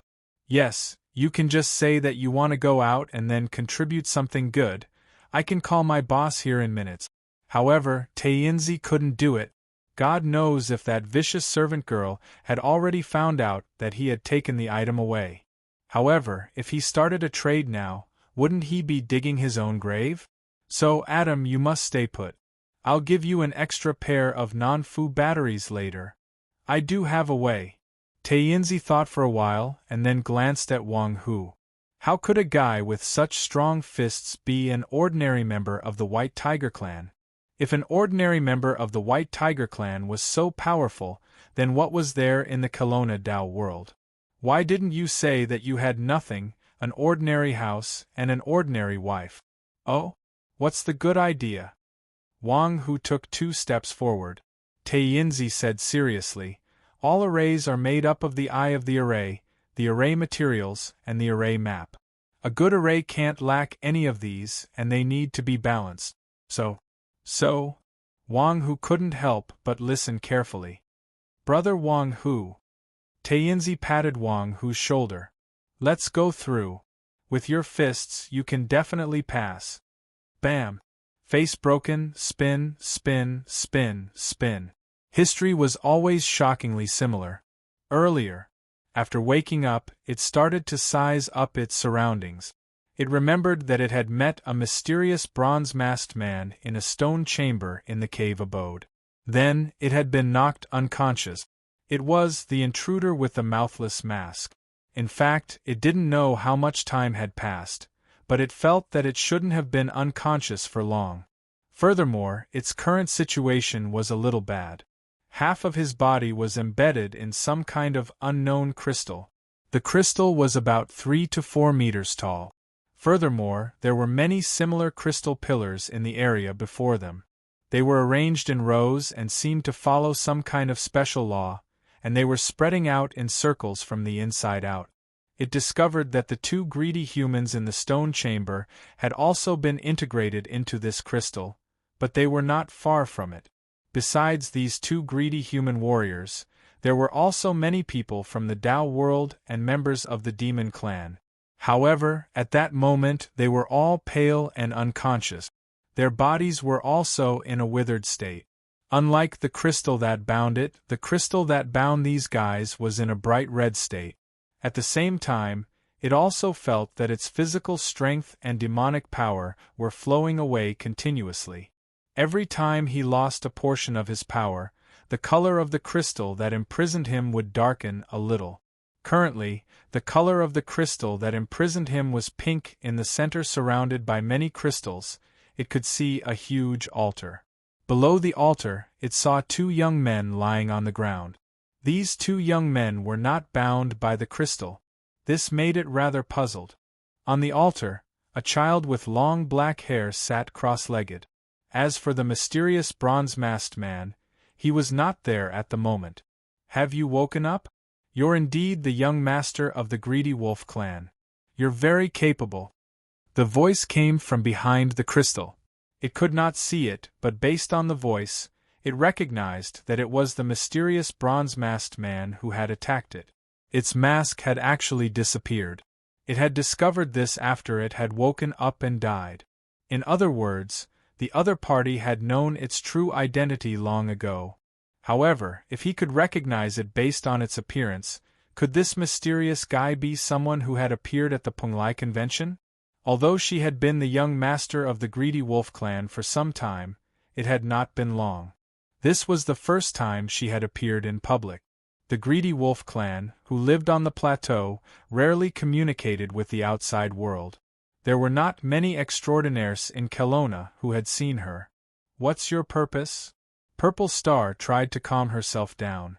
"Do you know where this place is?" The bronze-masked man's voice was low, hoarse, and ethereal. "Where is this place?" After a moment of silence, Purple Star chose to answer the other party's question. In this situation, she could not do anything else other than follow the other party's train of thought to obtain information. The voice gradually approached. The mysterious man behind her was obviously walking toward the crystal where Purple Star was at this time. He slowly said, "This is the Imperial Emperor's cave that both the Taoist and the demon faction jointly developed more than a month ago. Of course, this is only a corner of the entire cave, or one of several important places. The composition of the entire cave is much larger than what you can see. The place that you think you have explored to the end is just the tip of the iceberg." The Imperial Emperor's cave. Purple Star frowned. If it was really inside this cave, then both the Taoist and the demon faction had been exploring together for dozens of days, but they had never found this place. What was the origin of this mysterious man? Why did he go so deep into this unknown place? His exploration rate was higher than that of the elites of both the Taoist and the demon faction? Could it be this cave? Did you deliberately expose it? A strange thought flashed in Purple Star's mind, and she blurted out. The bronze-masked man slowly walked out at this time and came to the bottom of the crystal pillar that imprisoned Purple Star. He had his hands behind his back and was looking up at the altar in the center at this time. "Young Master Purple Star, I admire your meticulousness," the bronze-masked man said faintly. "That's right. I did deliberately expose the Imperial Emperor's cave and let the Tao and demon realms discover it. I discovered this place dozens of years ago and continued to explore it for a long time. Purple Star was shocked and immediately felt a chill run down her spine. This was a huge conspiracy that had been planned for a long time. A conspiracy that included both the Tao and demon realms. This place was mysterious, strange, and gave her a terrifying feeling. The life auras of the people in the Tao world, and the members of the demon clan, who had been continuously absorbed by the crystal, were very weak now, like candles in the wind. This was also the fate that she was about to face. The edict. The edict is fake? After thinking about it carefully, Zixing could not help but suck in a breath of cold air because she suddenly realized that this was a conspiracy. She began to think about all of this. Your purpose is to capture the Taoist and the demon clan here in the chaos? The mysterious cave abode had appeared, the Imperial Emperor's edict had appeared, the Tao and demon factions were fighting over it, people kept disappearing in the process of fighting. At first, they thought that they had died in the hands of the other party because of a secret fight. Of course, the edict is real, the mysterious man said faintly. If it wasn't real, how could it have caused a fight between the two sides? After all, there are still some experts with extraordinary vision in the Tao world now. What do you want to do? Purple Star could not help but ask in horror. I just want to get rid of the old and rebuild the new. The mysterious man slowly raised his head and looked at Purple Star's face before whispering, "For this, some sacrifices are necessary." Build the new? You will bear witness and become its cornerstone. Young Master Purple Star, thank you for your contribution. The mysterious man nodded gently and walked straight toward the altar. Wait a minute. Speak clearly. What is your purpose? Purple Star let out an angry voice. The mysterious man walked up the stairs leading to the altar step by step, but his voice was desolate. The ancient Kelowna is dead. I just want to wake it up. He ignored Purple Star's voice behind him and finally stepped onto the altar, arriving in front of the child with long black hair. The child slowly opened his eyes. The mysterious man whispered, "Are you ready?" The child nodded. The mysterious man said sternly, "Bear with it. It will be more painful to pull out the jade dragon pillar. If you really can't endure it, I will stop." The child just closed his eyes. Chapter 1036. There was probably nothing more blissful than being able to stretch after waking up, and then feel the comfortable feeling that came with it. It was probably the best thing to start a day with this. "Good morning, Miss Ing." After washing up casually, Song Ing tied her hair into a ponytail and walked out of the room. Then, she was greeted by the bodyguard outside. "How did I come back last night?" Song Ing frowned and asked. She had been thinking about this question since she woke up. She remembered that she seemed to be enjoying the breeze with Luochio in the pavilion outside, and then fell asleep after drinking some strange and sticky liquid from Luochio. It seemed that she really drank too much. But when she woke up, she didn't feel that her head was tense after drinking too much. "Oh, it was Master Chio who carried you back last night," the bodyguard said with a smile. "Princess Carrie?" Song Ing blinked her eyes, then returned to the room and closed the door. She leaned against the door, stunned. What's the situation? Because it was the first day of the new year, there was a traditional etiquette for the younger generation to greet the elders. Song family naturally did so early in the morning, several of the younger generation of the Song family came to Song Tianyu and started the so-called greeting. Everything was done according to the traditional customs. After that, it was time for breakfast, and then it was free time.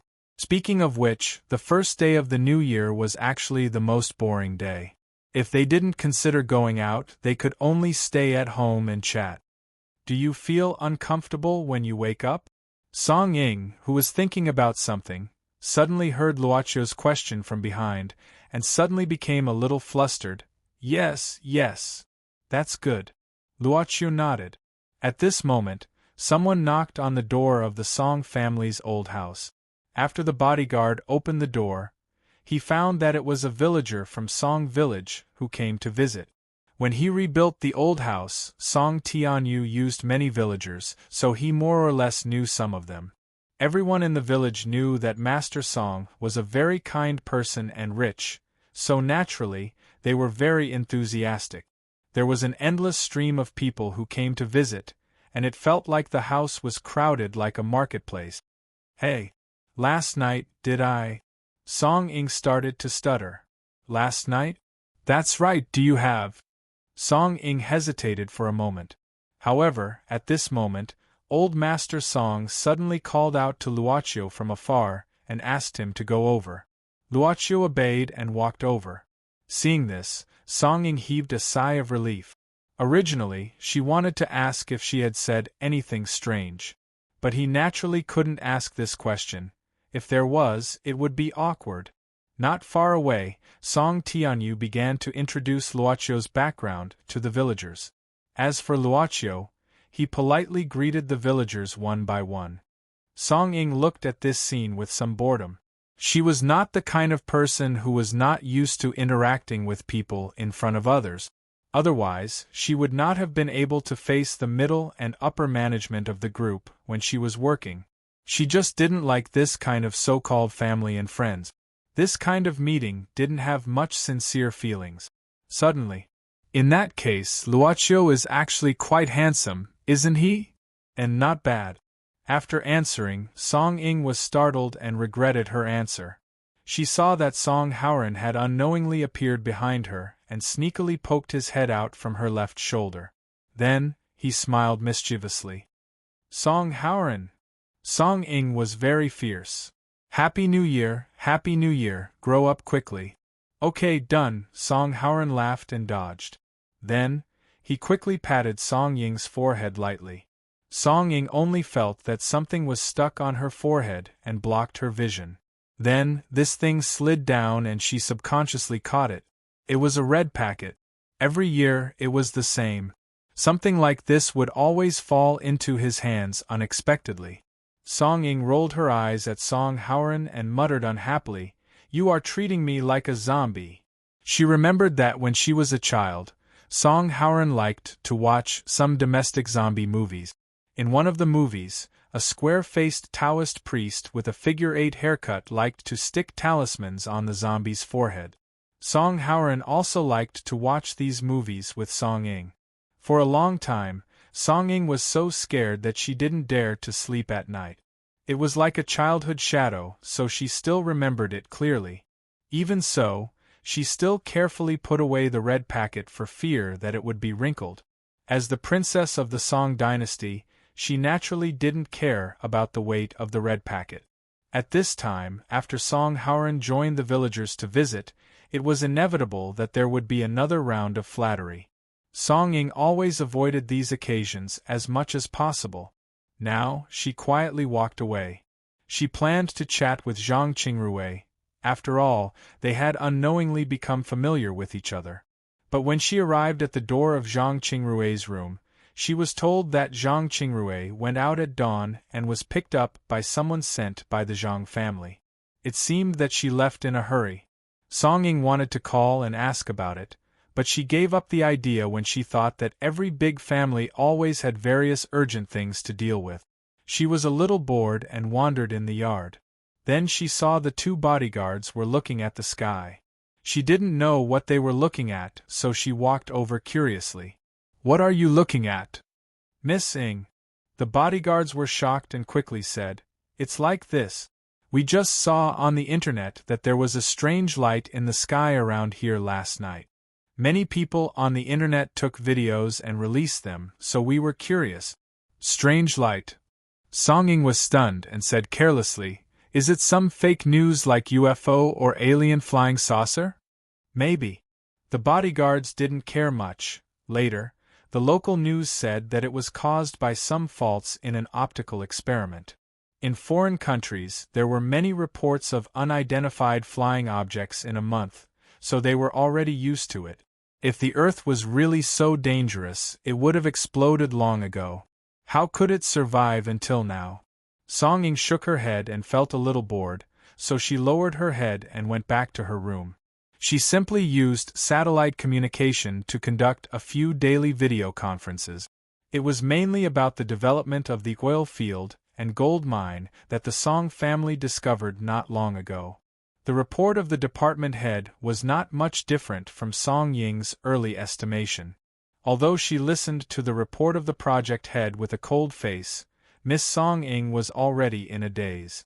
But she didn't know if it was because her eyes were playing tricks on her, but some pictures suddenly flashed on the screen of the laptop, as if it was disturbed by some strange signal. The strange scene and the video conference were rapidly switching back and forth. The gray sky, the broken buildings, the overturned roads, the withered trees, the garbage all over the ground, and the scraps of paper in the wind. It was dead silent. It seemed that something was wandering. Suddenly, a rotting hand crawled onto the screen, followed by a grayish, rotting face. Its eyeballs had already peeled off, revealing its teeth. Roar! Song Ying felt her heart beating wildly at this moment, and a suffocating feeling made her mind go blank. She subconsciously grabbed her collar and took in deep breaths. At this moment, all she could hear was a ringing sound in her ears. It was like her eardrums were hit by a grenade explosion at close range. She suddenly held her forehead, her body suddenly became cold, and her brain felt like it was about to explode. Despair instantly lingered in her heart. Miss Ying! Miss Ying! Miss Ying! The voice gradually returned to reality. In the video conference, the voice of the project head, who was reporting the progress of the work, began to cover the ringing in her ears and became clear. On the laptop screen in front of her, there were still many pictures of different participants. At this time, they were all looking at her with concern. It seemed to have returned to normal? Song Ying gradually felt that her breathing became smoother, and the pain in her brain gradually subsided. She stared at the laptop screen for a while before shaking her head. I drank some wine last night, so my head hurts a bit. Let's call it a day. You can send the report to my mailbox later. After that, she quickly closed the video conference and began to check her laptop. However, there was no sign of a computer virus. As for the laptop, it was a very secure business laptop. With Song Chaozhou's ability, it was easy for him to get a few high-level hackers to manage the security of the laptop. Is it because the aftereffects of the alcohol haven't completely disappeared? Song Ying rubbed her eyebrows, closed her laptop, and walked to the window. She looked out of the window as a form of relaxation. It had to be said that although this place was a bit backward and inconvenient, the pure aura of nature was still quite strong. She gradually put down the weird picture and indulged in the scenery of the mountain stream. Ask the kitchen to get me some tomato juice. Song Ying, who suddenly felt hungry, ordered the bodyguard outside the door, and a little bit of salt. Yes, miss. When getting off the car, Zhang Qingrui gently rubbed her fingers. Growing up in the south, she was actually not used to the cold weather in the north. Even though she had put on thick down clothes, when the wind blew on her face, it still hurt faintly. In front of him was a hotel that looked a little old. It was also the best 3-star hotel that could be found in the area. Mr. Seven had already been waiting at the entrance of the hotel lobby. Seeing Zhang Qingrui, he hurriedly walked forward. Miss, you've worked hard. Zhang Qingrui smiled lightly. Uncle Seven, you've been running around these 2 days, and you can't even eat a meal. You've worked the hardest. Mr. Seven's gloomy face showed a smile. I've traveled a lot, and even chewed leather shoes when I was hard. It's nothing for me now. Zhang Qingrui had heard a lot of stories about Mr. Seven when she was a child. Now she nodded, saying softly, Have they all arrived? Mr. Seven whispered, The people from Suzuki Kai arrived last night. Originally, they had agreed to wait until after today to meet tomorrow. But for some reason, they suddenly made a request last night, saying that they had to meet today. Otherwise, they would terminate this cooperation. Last night, old Madam called them several times, but she couldn't refuse them. So she sent someone to pick you up early this morning. Grandma already told me about the general situation on the phone this morning. Zhang Qingrui nodded. Let's go and meet the father and son from Suzuki Kai, and see what kind of people they are. Haruko Suzuki was now sitting on the sofa, looking at the information on his laptop. As for Yuichi Suzuki, he was sitting with his eyes closed. Suddenly, Yuichi Suzuki opened his eyes. Our cooperation target seems to have arrived. Haruko Suzuki didn't care much. He's just a consumable for the Vanguard, and we'll just send him away. Why can't I find him? Yuichi Suzuki frowned and said, Are you still looking for clues about the anomaly last night? Haruko Suzuki nodded and said, That's right, this matter has a huge impact. Many people saw it, and there are many videos on the internet. However, we can't find much now. I hope the anomaly this time isn't the thing we're looking for.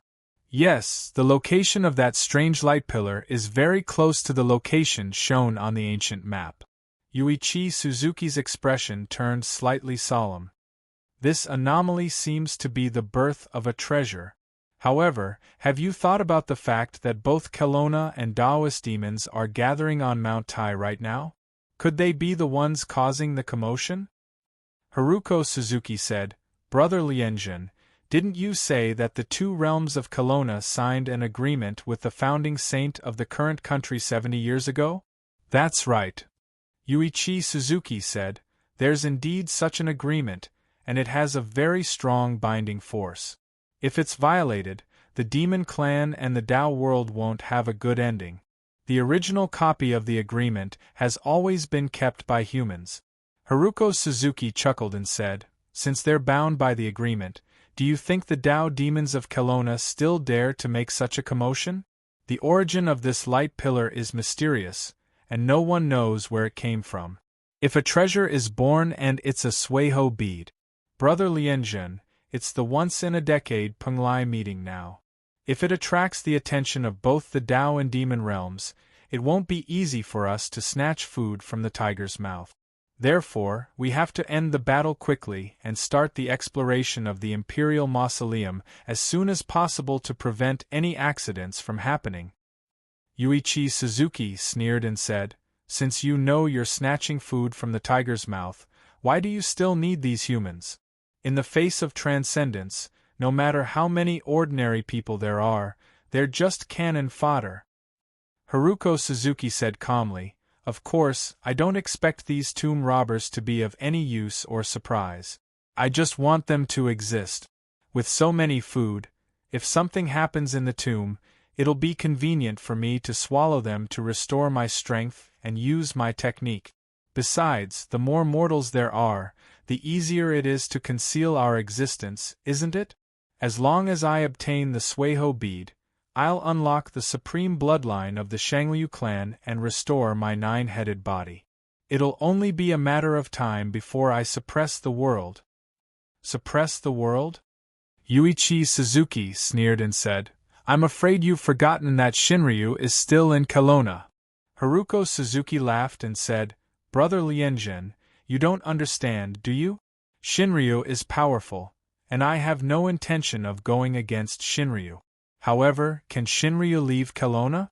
As long as it's not in Kelowna, the world is still the world. What do you mean? Let's take Japan for example. Haruko Suzuki narrowed his eyes and said, Or let's take another example. Aren't there many countries on the other side of the ocean? As long as it's not in Kelowna. As long as it's not in Kelowna. Hearing Hakuda's words, Greedy Wolf Lianjun's pupils suddenly constricted. Someone knocked on the door. Chapter 1037. In the Dimensional Crack. Facing the void original demons that had been killed and scattered all over the mountains, among which there was no lack of corpses of the void original ancestors, Miss Maid didn't leave immediately. Aren't we going out? Taisetsu asked, somewhat puzzled. The Miss Maid he knew should be straightforward and never procrastinate. At this time, Miss Maid said indifferently, the time is still rather loose. If we go out at this time, Master should also work and rest according to the normal time. It's rare to come here, so let's take some useful things back. With so many void original demons, we can recycle a lot of useful materials. Materials? Taisetsu was stunned. Yu had already walked to the corpse of the original demon at the foot of the mountain of corpses. With a wave of her hand, a jumping black flame had already shot out. After the black flames landed on the original demon's corpse, they immediately began to burn fiercely.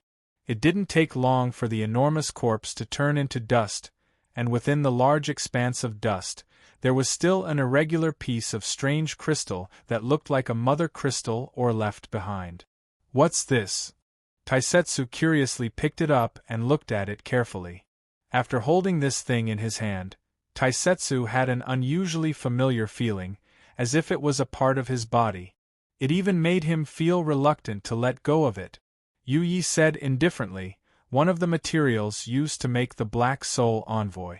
This crystal has to be refined a second time. The element obtained after refining this piece in your hand is one of the important sources that make up your body, the foreign body source. This piece should be able to be refined into about 0.03 grams. My body comes from this thing? Taisetsu opened his mouth. He had always felt that the body of the Black Soul Envoy was very magical. It could freely switch between the virtual and the real. When it had a real body, it could eat like a normal person, and when it was a virtual body, it could exist in a gas-like state. In the past, a lot of Black Soul Envoys were consumed, and there weren't many materials left in the material warehouse. Yu took back the crystal in Taisetsu's hand and said indifferently, the remaining materials were basically used by Master to transform you and Taiyinzi, so I need to replenish them. Otherwise, Master will have to buy them. Boss also wants to buy them, although he had some doubts in his heart. Taisetsu was very smart and didn't ask. I'm really sorry. Taisetsu cared about the fact that Boss almost used up all the materials to transform him. It's nothing. Yu smiled. The amount of foreign body source used also determines the upper limit of the ability value and potential of the Black Soul Envoy. Furthermore, the materials used on you are not necessarily a waste. After all, you are the user of the clear sable sword, so it is naturally worth it. With that said, Miss Maid glanced at Daz gently again. So, don't let the Master's investment be wasted. I'll work very hard, Taisetsu mumbled. Of course, it was just a subconscious reaction. However, he felt that this smiling beauty was much scarier than the mountain of corpses behind her. Let me help you? In order to ease the atmosphere, Taisetsu quickly suggested a helper. Yu smiled and said, Can you help me pick out the ancestor's corpse? I plan to concentrate on refining the ordinary demon's corpse. Leave it to me. Taisetsu patted his arm and said, Carrying bricks is my old profession. Basically, if there are no problems, we hope to take action at 7:00 tonight. The Japanese overseas Chinese named Mu Xianghua was talking non-stop. Zhang Qingrui maintained her etiquette and listened attentively. However, she was mostly observing the father and son of the Suzuki family. According to the information, Mu Xianghua was the one who led the development of the tomb, and the Suzuki family was also hired by Mu Xianghua. However, in Zhang Qingrui's opinion, the relationship between Mu Xianghua and the Suzuki family was reversed. Mu Xianghua didn't look like someone who could hire the father and son of the Suzuki family. Miss Zhang, what do you mean? Mu Xianghua looked at Zhang Qingrui and sized her up with a smile. Mr. Mu is the investor of this exploration. Since it's your idea, we'll do as you say.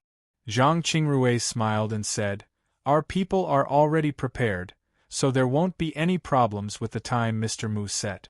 Also, do you have anything else you need? We can provide it. Miss Zhang, you're too polite. Our people are already equipped, so there's no need to waste time. It was Hiruxan Suzuki who spoke. This young master of the Suzuki family didn't have the ferocious aura of an organization member in Japan. Instead, he was more like an elite in the workplace. This reminded Zhang Qingrui of Zhong Luochen of the Zhong family, who was also a man who could attract women's hearts. However, for some reason, This young Master Haruxan Suzuki's gaze always made Zhang Qingrui feel very unnatural. It wasn't like Mu Xianghua's lecherous gaze, but a kind of gaze that made people feel like they were prey being stared at by a poisonous snake. Since we've decided on the time, I won't disturb you. Zhang Qingrui suddenly stood up and said gracefully, I hope you'll be well prepared when I meet Mr. Mu and the two Mr. Suzuki family members again. I'm looking forward to meeting you tonight, Miss Zhang. Haruko Suzuki also stood up and reached out his hand. A handshake. Zhang Qingrui had no choice but to reach out her hand and lightly shake Haruko Suzuki's. However, the moment they shook hands, the feeling of being stared at by a poisonous snake suddenly became stronger. Zhang Qingrui didn't want to stay any longer, so she made up a random reason and left the hotel. You seem to be interested in this girl. Yuichi Suzuki looked at the car that was leaving through the window and suddenly asked. When he was in contact with Zhang Qingrui, Yuichi Suzuki could keenly feel that Hakata had secretly implanted something in her body. Haruko Suzuki didn't care at all and said, It's nothing. It's just that it's rare to see someone with such a strong sense of perception, so I'm a bit excited. But it's a pity that such a good seedling like her would have been fought over by all the big sects in the past. Yuichi Suzuki nodded and didn't pay much attention to her. Now they could only wait for the night.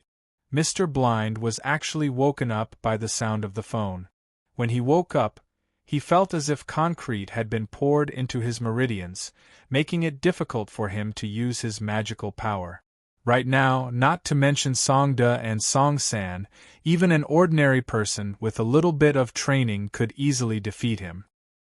He knew that this was the side effect of forcibly activating the secret divination method. Of course, this wouldn't last for long.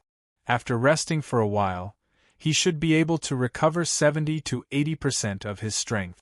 The 100 Tribulations Taoist wasn't here. He might have left. Only a few people knew this phone number of his. If the Song brothers wanted to find him, they should have come directly. It was unnecessary to call him. So it was probably old Master Song. Mr. Blind took out the phone. As expected, it was Song Tianyu's voice. Mr. Song Tianyu wishes you a happy new year. Thank you, old Master Song. Mr. Blind tried his best to make his voice sound less weak. This meant that he hadn't been unconscious for a long time, probably only for one night. By the way, I have good news for you. Luochio agreed to your request and accepted the gift. Old Master Song's voice was filled with indescribable joy. Mister, when do you want to arrange a meeting? Regarding this descendant of the Song family, who wandered outside but had the appearance of a supreme noble, Mr. Blind originally wanted to use his extremely great luck to search for the soaring dragon vein. This was the preparation he had made before returning to the country. He thought quickly and then said, I still have some things to deal with. I'll arrange the specific time. Old Master Song, just wait. In that case, I'll wait for your instructions. After Old Master Song nagged for a bit more, he quickly hung up the phone and didn't say anything more. Mr. Blind took a deep breath and felt a wave of stuffiness in his chest. He got up with some difficulty, planning to discuss some things with the 100 Tribulations Taoist. Yesterday, the old and the new had replaced each other. Using the loophole between heaven and earth, he had been able to see some things. Ever since he had woken up, these things had been pressing on him like a mountain, making him feel anxious and anxious all the time. However, Mr. Blind had never expected that there would be no one in the Crouching Dragon Villa at the moment. There were no people from the Tao world or the administration. The remaining people were only ordinary staff in the villa. Although they were ordinary staff, each of them had an official identity. They were all industry talents transferred from some elite department. Since Mr. Blind was a guest staying in the Crouching Dragon Villa, the staff naturally didn't dare neglect him. Thus, they quickly told him some things. For example, the beam of light that had suddenly appeared in the middle of the night last night. For some reason, they couldn't contact anyone since last night, including the people from the administration. The sudden news caused Mr. Blind's expression to turn solemn. However, just as Mr. Blind wanted to obtain more information, the staff in the villa whom he had questioned suddenly fell silent and fell to the ground. Mr. Blind was shocked. He only felt a huge sense of danger approaching him. In the villa, a figure rushed toward Mr. Blind at an extremely fast speed. The person who had attacked was wearing a black veil. She had a slender figure and seemed to be a woman. Mr. Blind's meridians were stagnant, and he couldn't mobilize his dermic powers for a while. He could only wave his palm instinctively. However, he was no match for the other party's sneak attack and was imprinted on his chest. He spat out a mouthful of blood and his body flew backward, hitting the wall hard. "Who are you?"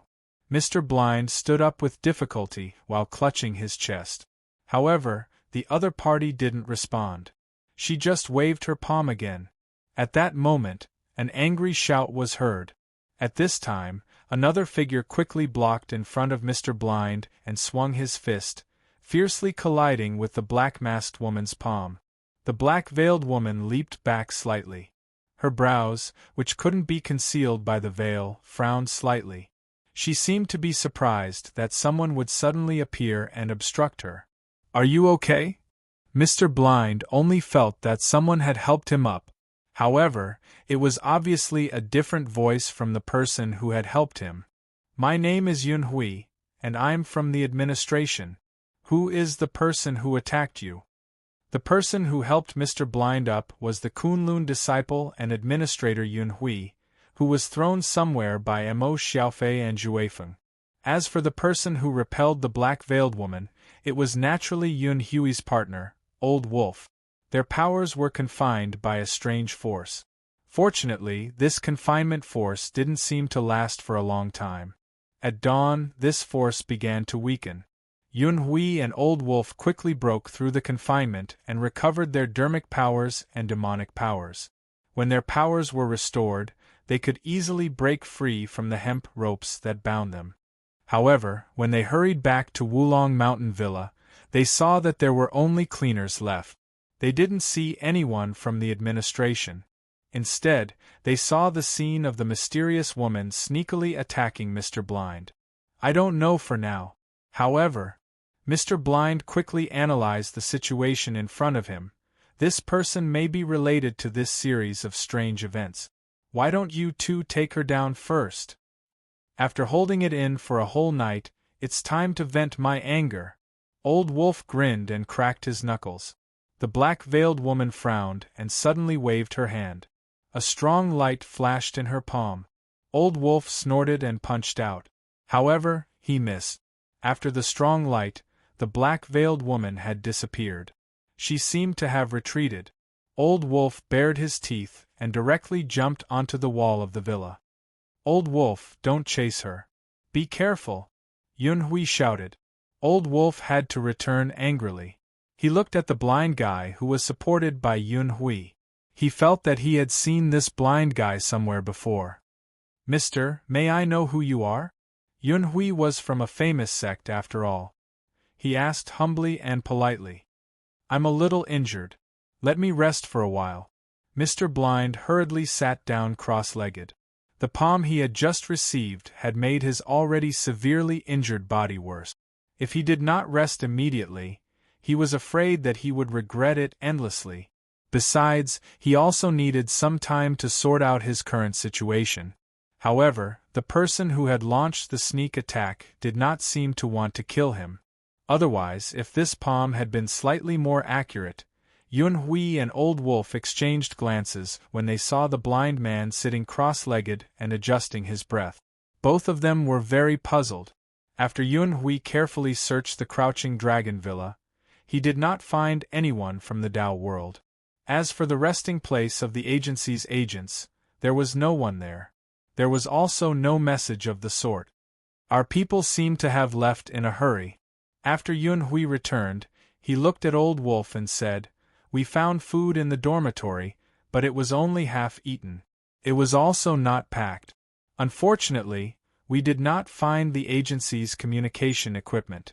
Old Wolf, Don't be distracted. Old Wolf had been staring at Mr. Blind, who was sitting cross-legged quietly. Suddenly, his expression changed slightly. I remember where I've seen this guy before. Where?